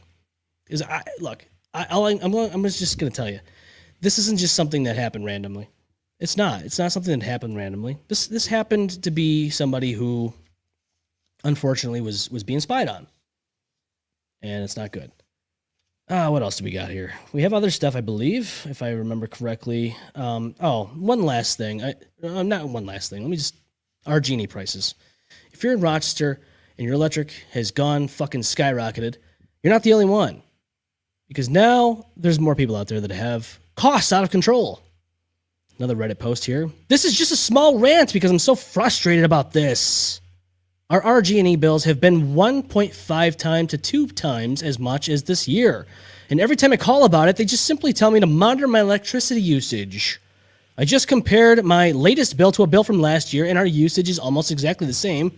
But our variable supply charge has doubled, and a random revenue decoupling MAC charge has almost gone up by 7 times. It's a very small part of the overall bill, but it still makes a difference. Is this just the way it is now? Yeah, it's the way it is. The way it is. RG&E, they're starving, like our wonderful governor here. They're starving to death. They fell on hard times, and they need more money from you. Look, I'm going to be honest with you. Our electric has gone up too. It fluctuates. We even send in our readings, and they still fuck up and still give us an estimated bill. It's like we sent the stuff in, you read it, you said, hey, we're going to fix this, we're going to make sure it's in there correctly, and then they still double charge you. It's nuts, it sucks. Nobody wants to be charged an arm and a leg for gas and electric. I will say, however, though, that in the last governor election, there was a weird thing that they put on the back of the ballot, or whatever the case may be, that you voted for, and that probably has something to do with it as well. Because, again, politicians love being in bed with companies and putting things out there that you might think is good, and then in the end, you're paying more for it. Sucks, but it's true. That's just how they get you. But as far as I'm concerned, yes. Electricity costs are out of control, and there's people out there that have thousands of dollars in debt to these electric companies because, I don't know about you, but I have had one time or another months where I didn't get billed. It was like $0.00. I'm like, oh, that's fucking weird. So then they take 2 months and they multiply it on one. So instead of like, say, $200, now you have to pay $400 and something in 1 month. Which I know people will say, well, you should just put that money away. Yeah, I get it. Yeah, but you know what? The point is, though, is why couldn't they just bill you the month after the fact? Instead of saying, oh, you're not going to get billed this month, just bill the person. It just sucks. Nobody wants to deal with that. Nobody wants to deal with that at all. And nobody should want to deal with that. It sucks. Nobody wants that. So as far as I'm concerned, yeah, I don't like that. I don't like it at all.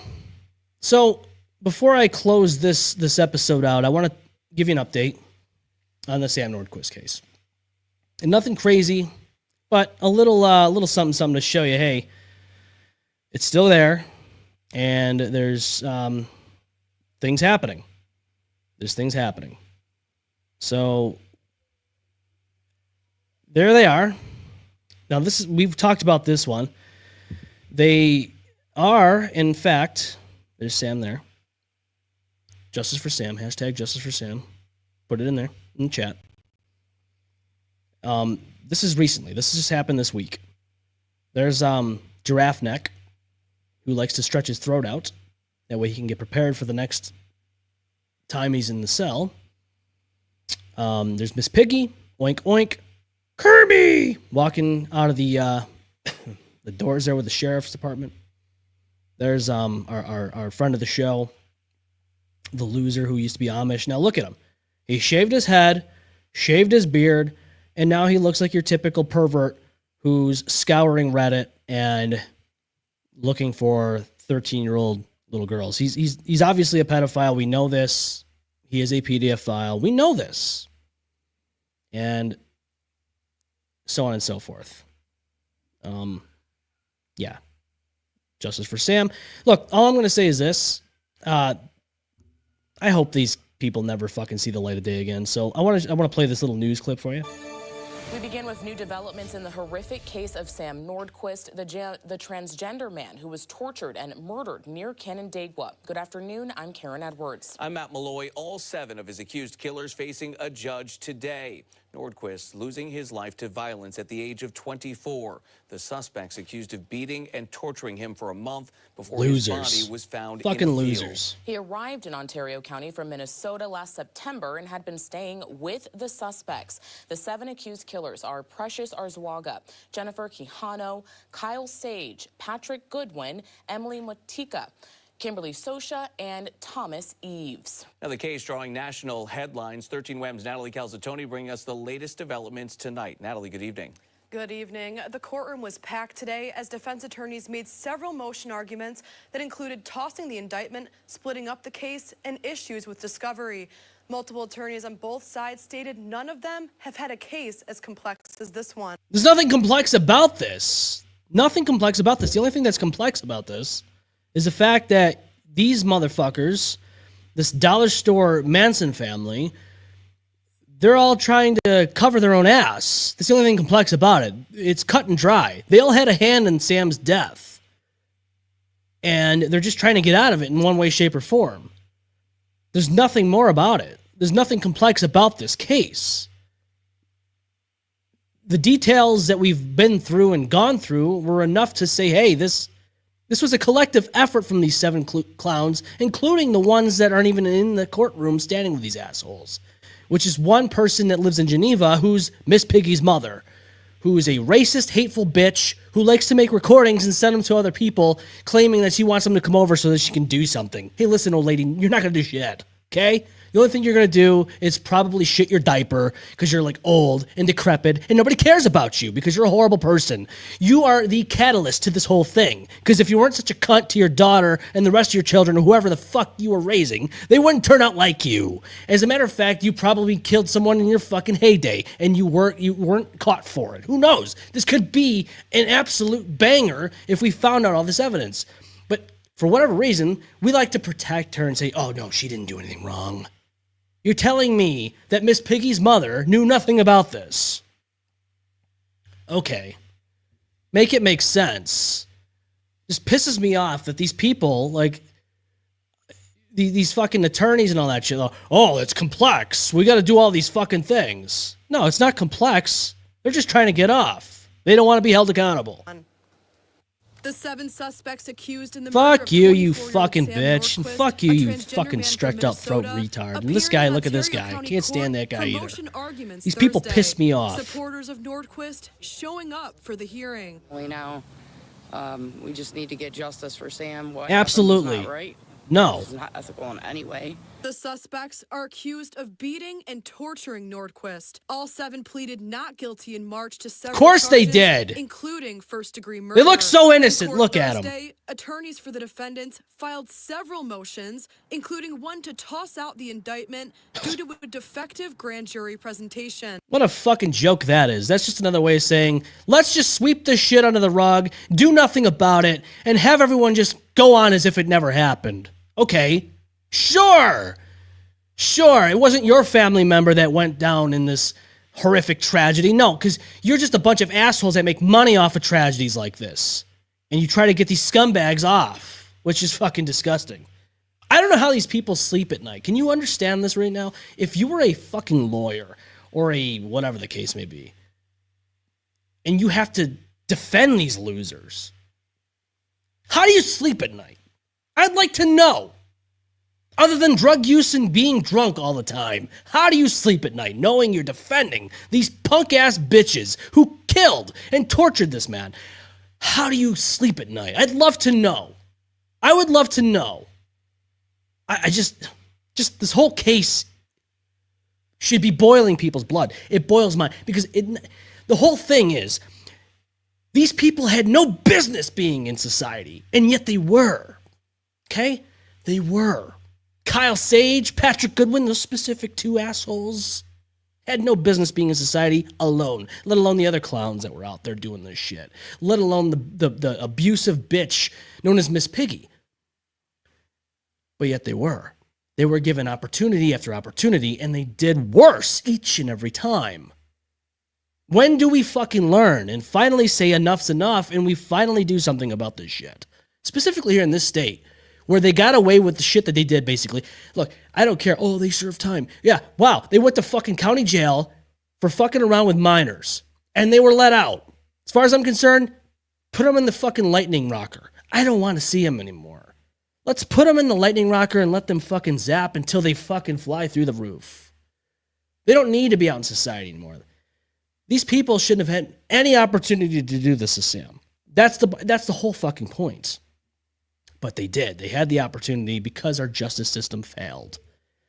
That's a huge problem. And Assistant District Attorney Victoria Porter says this was expected. Nothing out of the ordinary there. They're just making specific arguments because in this particular case, there are many statements from obviously the co-defendants, which you all heard today. So the court will make a determination on that.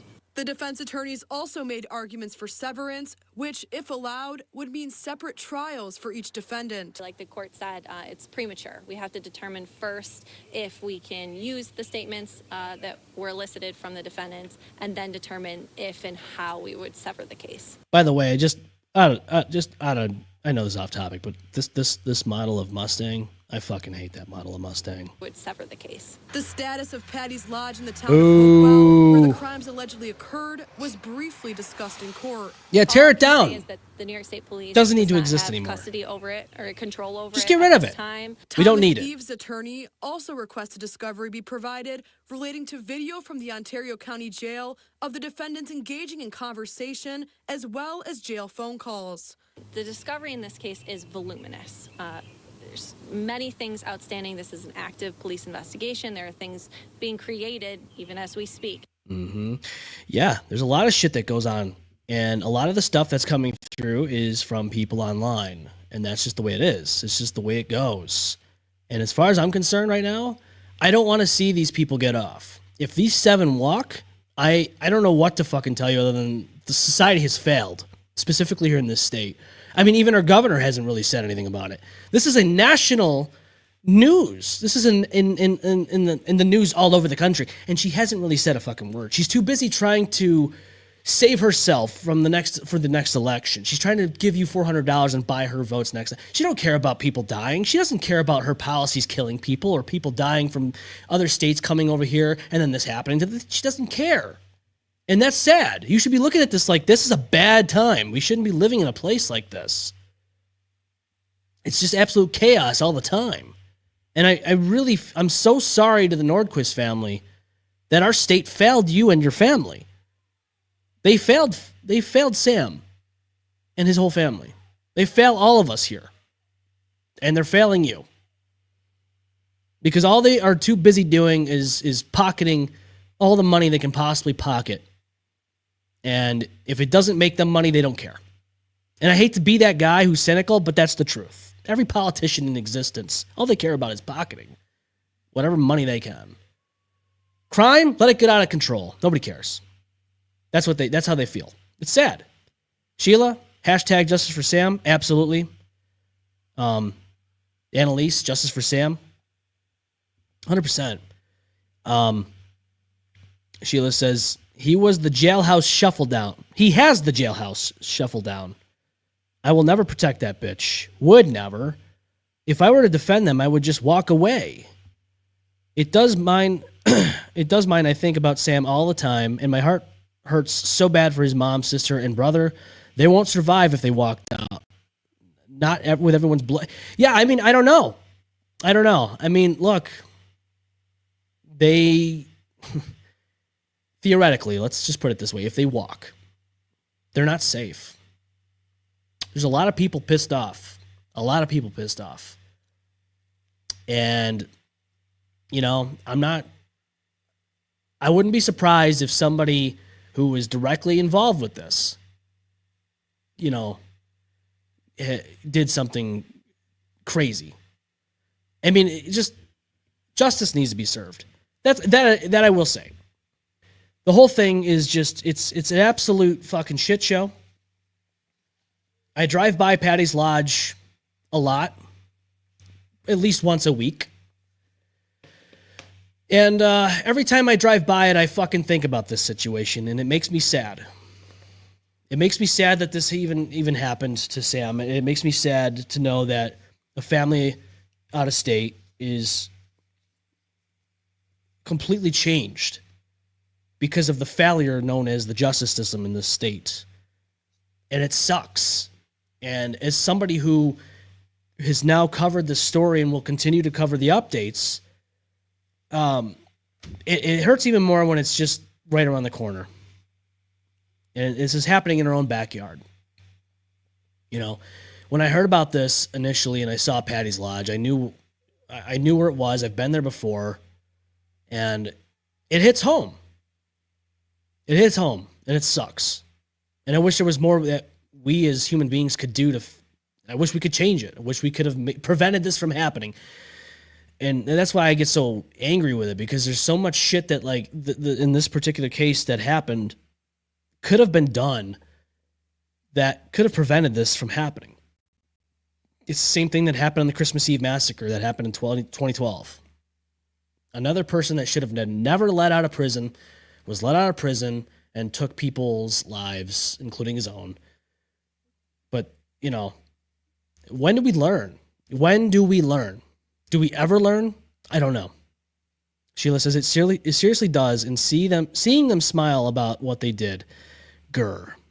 Yeah. You know they don't feel bad about what they did. You know they didn't. They never will. They don't care about what they did. They care about being caught. They care about getting away with it, not being held accountable, not being responsible for it, and they just want to walk away and live their lives while somebody is unable to live theirs. And to me, that is completely just asinine to let anybody like that walk. A lot that could have been done. Yeah, Sheila, you're absolutely right. A lot has just been things have been let go for so long that this whole thing could have been definitely prevented, at least to some degree, at least something. And, you know, I understand that other cases we've talked about and other topics we talked about in other states like Wisconsin and all that with different other things that have happened. They have their own laws. They have their own policies. They have their own reforms or whatever the case may be.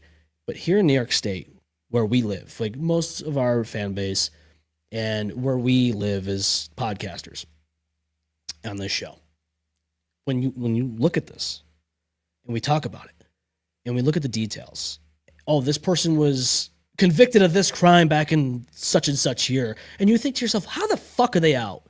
Why were they given the ability to be out in public and do the shit that they did? And it makes your blood boil even more. And not for nothing, but like I said, we've gone on our tirade about Kyle Sage. But then we learn about this other guy named Patrick Goodwin and what he's done in the past.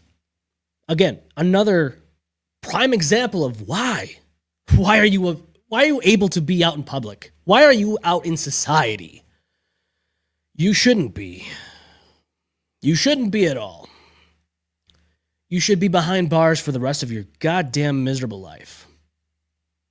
And it's not even opinion. This is just a fact. You do something so fucking heinous. And there's so much evidence against that to prove that you are a piece of shit like you have portrayed yourself to be. Then yes, rot in a fucking prison cell and say goodbye to your freedom. That's the way I look at it. Lizard Bits says, concrete shoes would be cheaper to the taxpayer. Absolutely. A lot of people out there are upset about capital punishment. They're against it. I think it's fair. Depending upon the degree of what the crime insists of. Look, all I'm saying is this. Depending on the crime, that should always be on the table. Like the guy who shot up Tops in Buffalo. That guy should be put to death. There should be no life in prison. You go to sleep. Put him in the electric chair, what I like to call the lightning rocker. I think that, it's a little softer, I guess you could say. Put him in the electric chair. Slap his ass in there, fucking strap him in, and let him fucking just... I want to see the hair go up. I want to see the fucking skeleton during the flashes. I want to see that happen, okay? We took it away and it was sad. Better yet, put him in front of a firing squad so then he understands the pain of the things that he did to other people inside that Tops. I think capital punishment is something that we should be brought to understand. The need for it and why it exists. And you talk about, oh, it's not humane.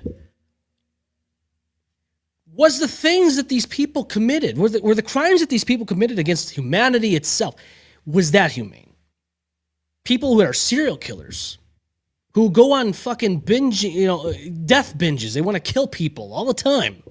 And they do it. That's the kind of thing you look at like, okay, this is the time where we need to understand that we need to have some type of capital punishment. Why are we allowing them to exist? They're going to be a problem in the prison system. You hear it all the time. People killing other people with this, that, and the other. They have contacts and whatever the case may be. They do things heinously in the fucking prison system. And they still do it. We're not even going to get into Jeffrey Epstein again. But there's some things that are kind of weird about that.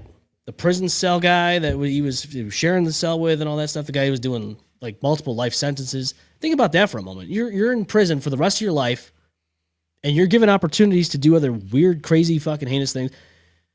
You don't have to worry about getting put away in prison because you already are there, and there's no way around getting out of it because you're already serving life sentences. So just think about that for a moment. So at the same time, it's like, why are we even entertaining the idea of letting these people breathe, eat, use tablets, take phone calls, socializing? Chris Watts. Wheels of Life brings up Chris Watts. Another topic for another episode. Because sadly, this show didn't exist when that happened. And I remember that fucking whole thing when it went down. And just the fact that this guy claimed that his family was missing and he knew where they were because he fucking did the things that he did to them. That itself is so crazy. Like, it's eerie. To think that somebody has the mental capacity to do that. Like, just think about that. I want to dive into that topic. That's a case I want to dive into. Thank you for bringing that up. I'll never forget that. That was horrible. Awful. Lizard Bits says, what about Chris Watts? Wait, what? I know that motherfucker's name. Yeah, Chris Watts. He was the guy who killed his wife and children. Ironically enough that I talked about this earlier with depression. He threw them in a fucking vat of oil on the property that he was working at.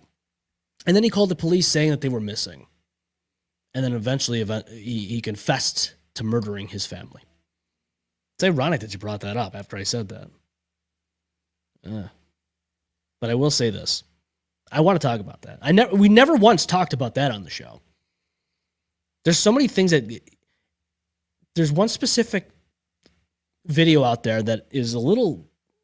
It's a little eerie. American Horror Story had this commercial, and it was a commercial showing like oil going, like a skull being brought down into like this oily substance and all that. This commercial was playing as he's getting grilled by police, as he's confessing the things that he did. And it was right before he mentioned where they were, where their bodies were. And I remember that specifically. And this happened in like 2018. So again, this is like a year before we even started the show. We never got to talk about this topic.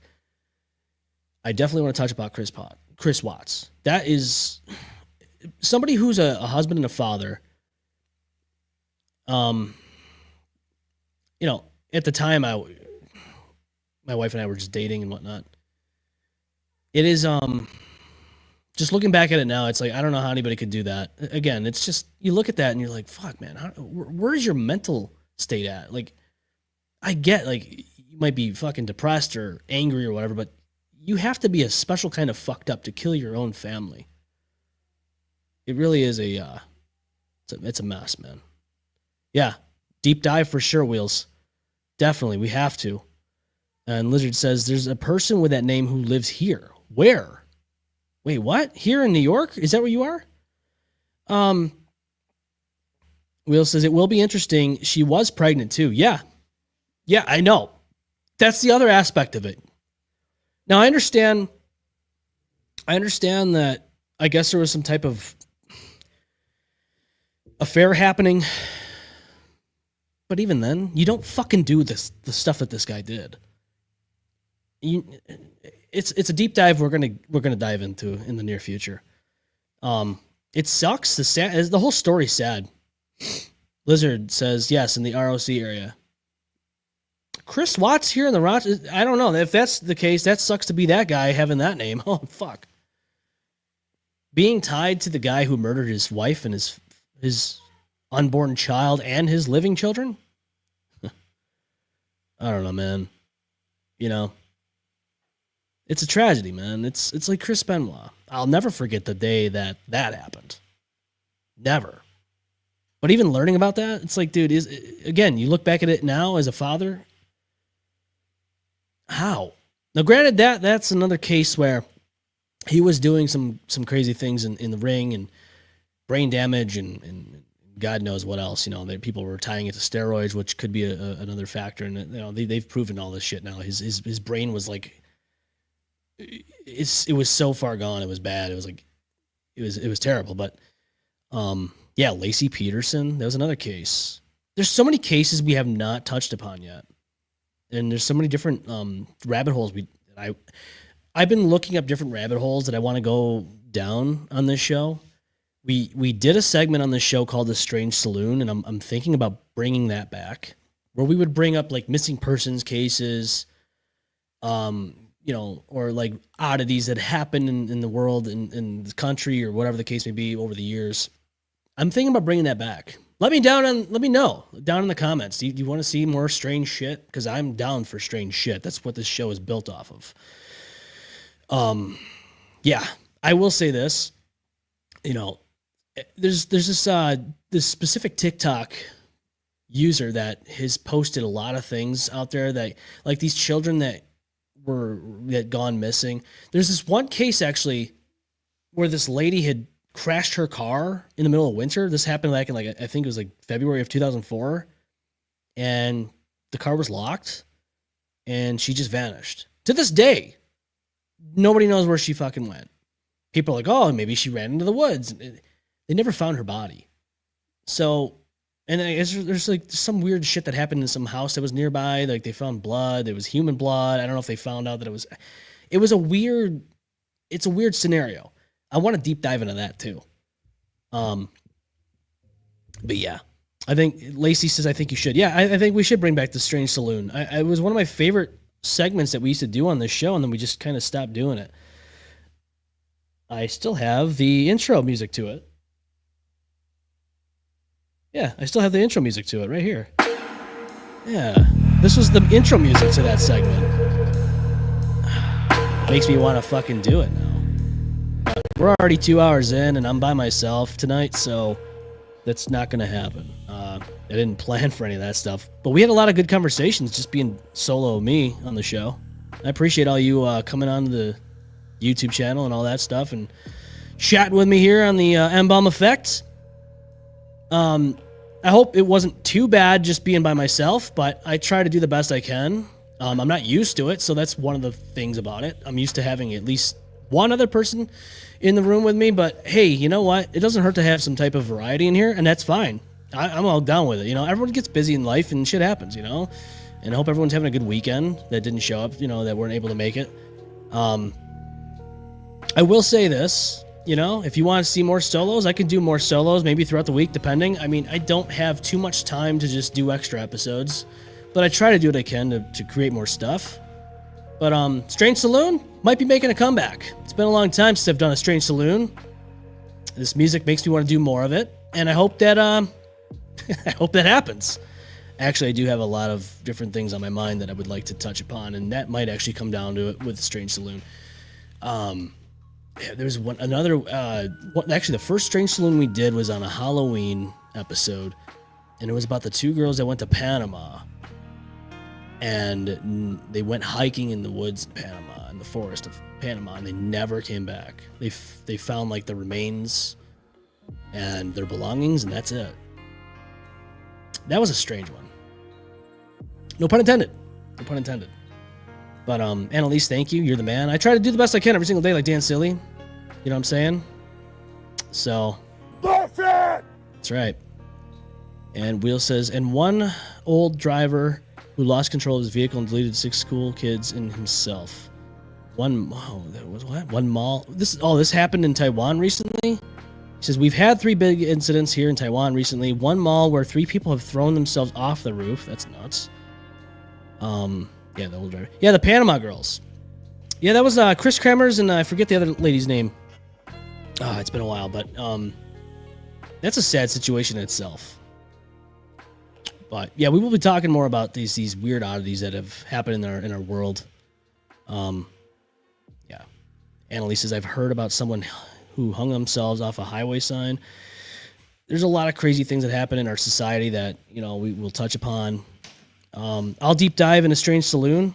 Yeah, Lizard, let's do it. Actually, you know what? If you want something for me if you have anything that you want me to look up and do some deep diving in on this show, send it our way, please. The mbalmeffect@gmail.com. You can inbox us on our YouTube, Facebook, wherever we can get inbox. Just slide into our DMs, please. And we'll choose one or whatever, and we'll do that. We can go based off of that. So that'll be fun. Yeah, I think this is going to be it. I think I'm going to wrap everything up. I appreciate all you from coming on and chilling with me here on the M-Balm Effect. Please, if you haven't already, go to the YouTube channel, hit that subscribe button, hit the bell. It helps us grow, you know, more ways than others. And check out the mbalmeffect.com. You can go on there, watch all the old stuff on there because it's YouTube channels connected to that. You can also go on our store. Support the show, represent the dirty, and all that good stuff. We will be back, I believe, next week. Just keep your eyes and ears out on the M-Balm Effect YouTube and Facebook. Facebook has a lot of updates on there, too. For those of you who are following us on Facebook, please go to the YouTube channel, subscribe, and hit the bell. It helps us, again, it helps us out immensely. We definitely appreciate it. And, yeah, until the next time, I hope you all have a great rest of your weekend. And this is the M-Balm Effect. I'm your host, the M-Balm, and I love you all. Talk to you soon. Bye. Well, there goes the neighborhood.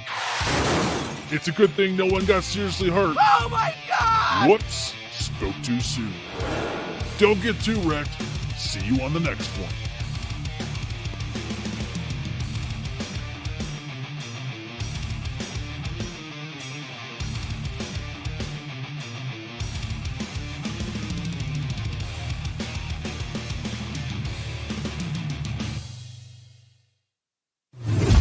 The M-Balm effect.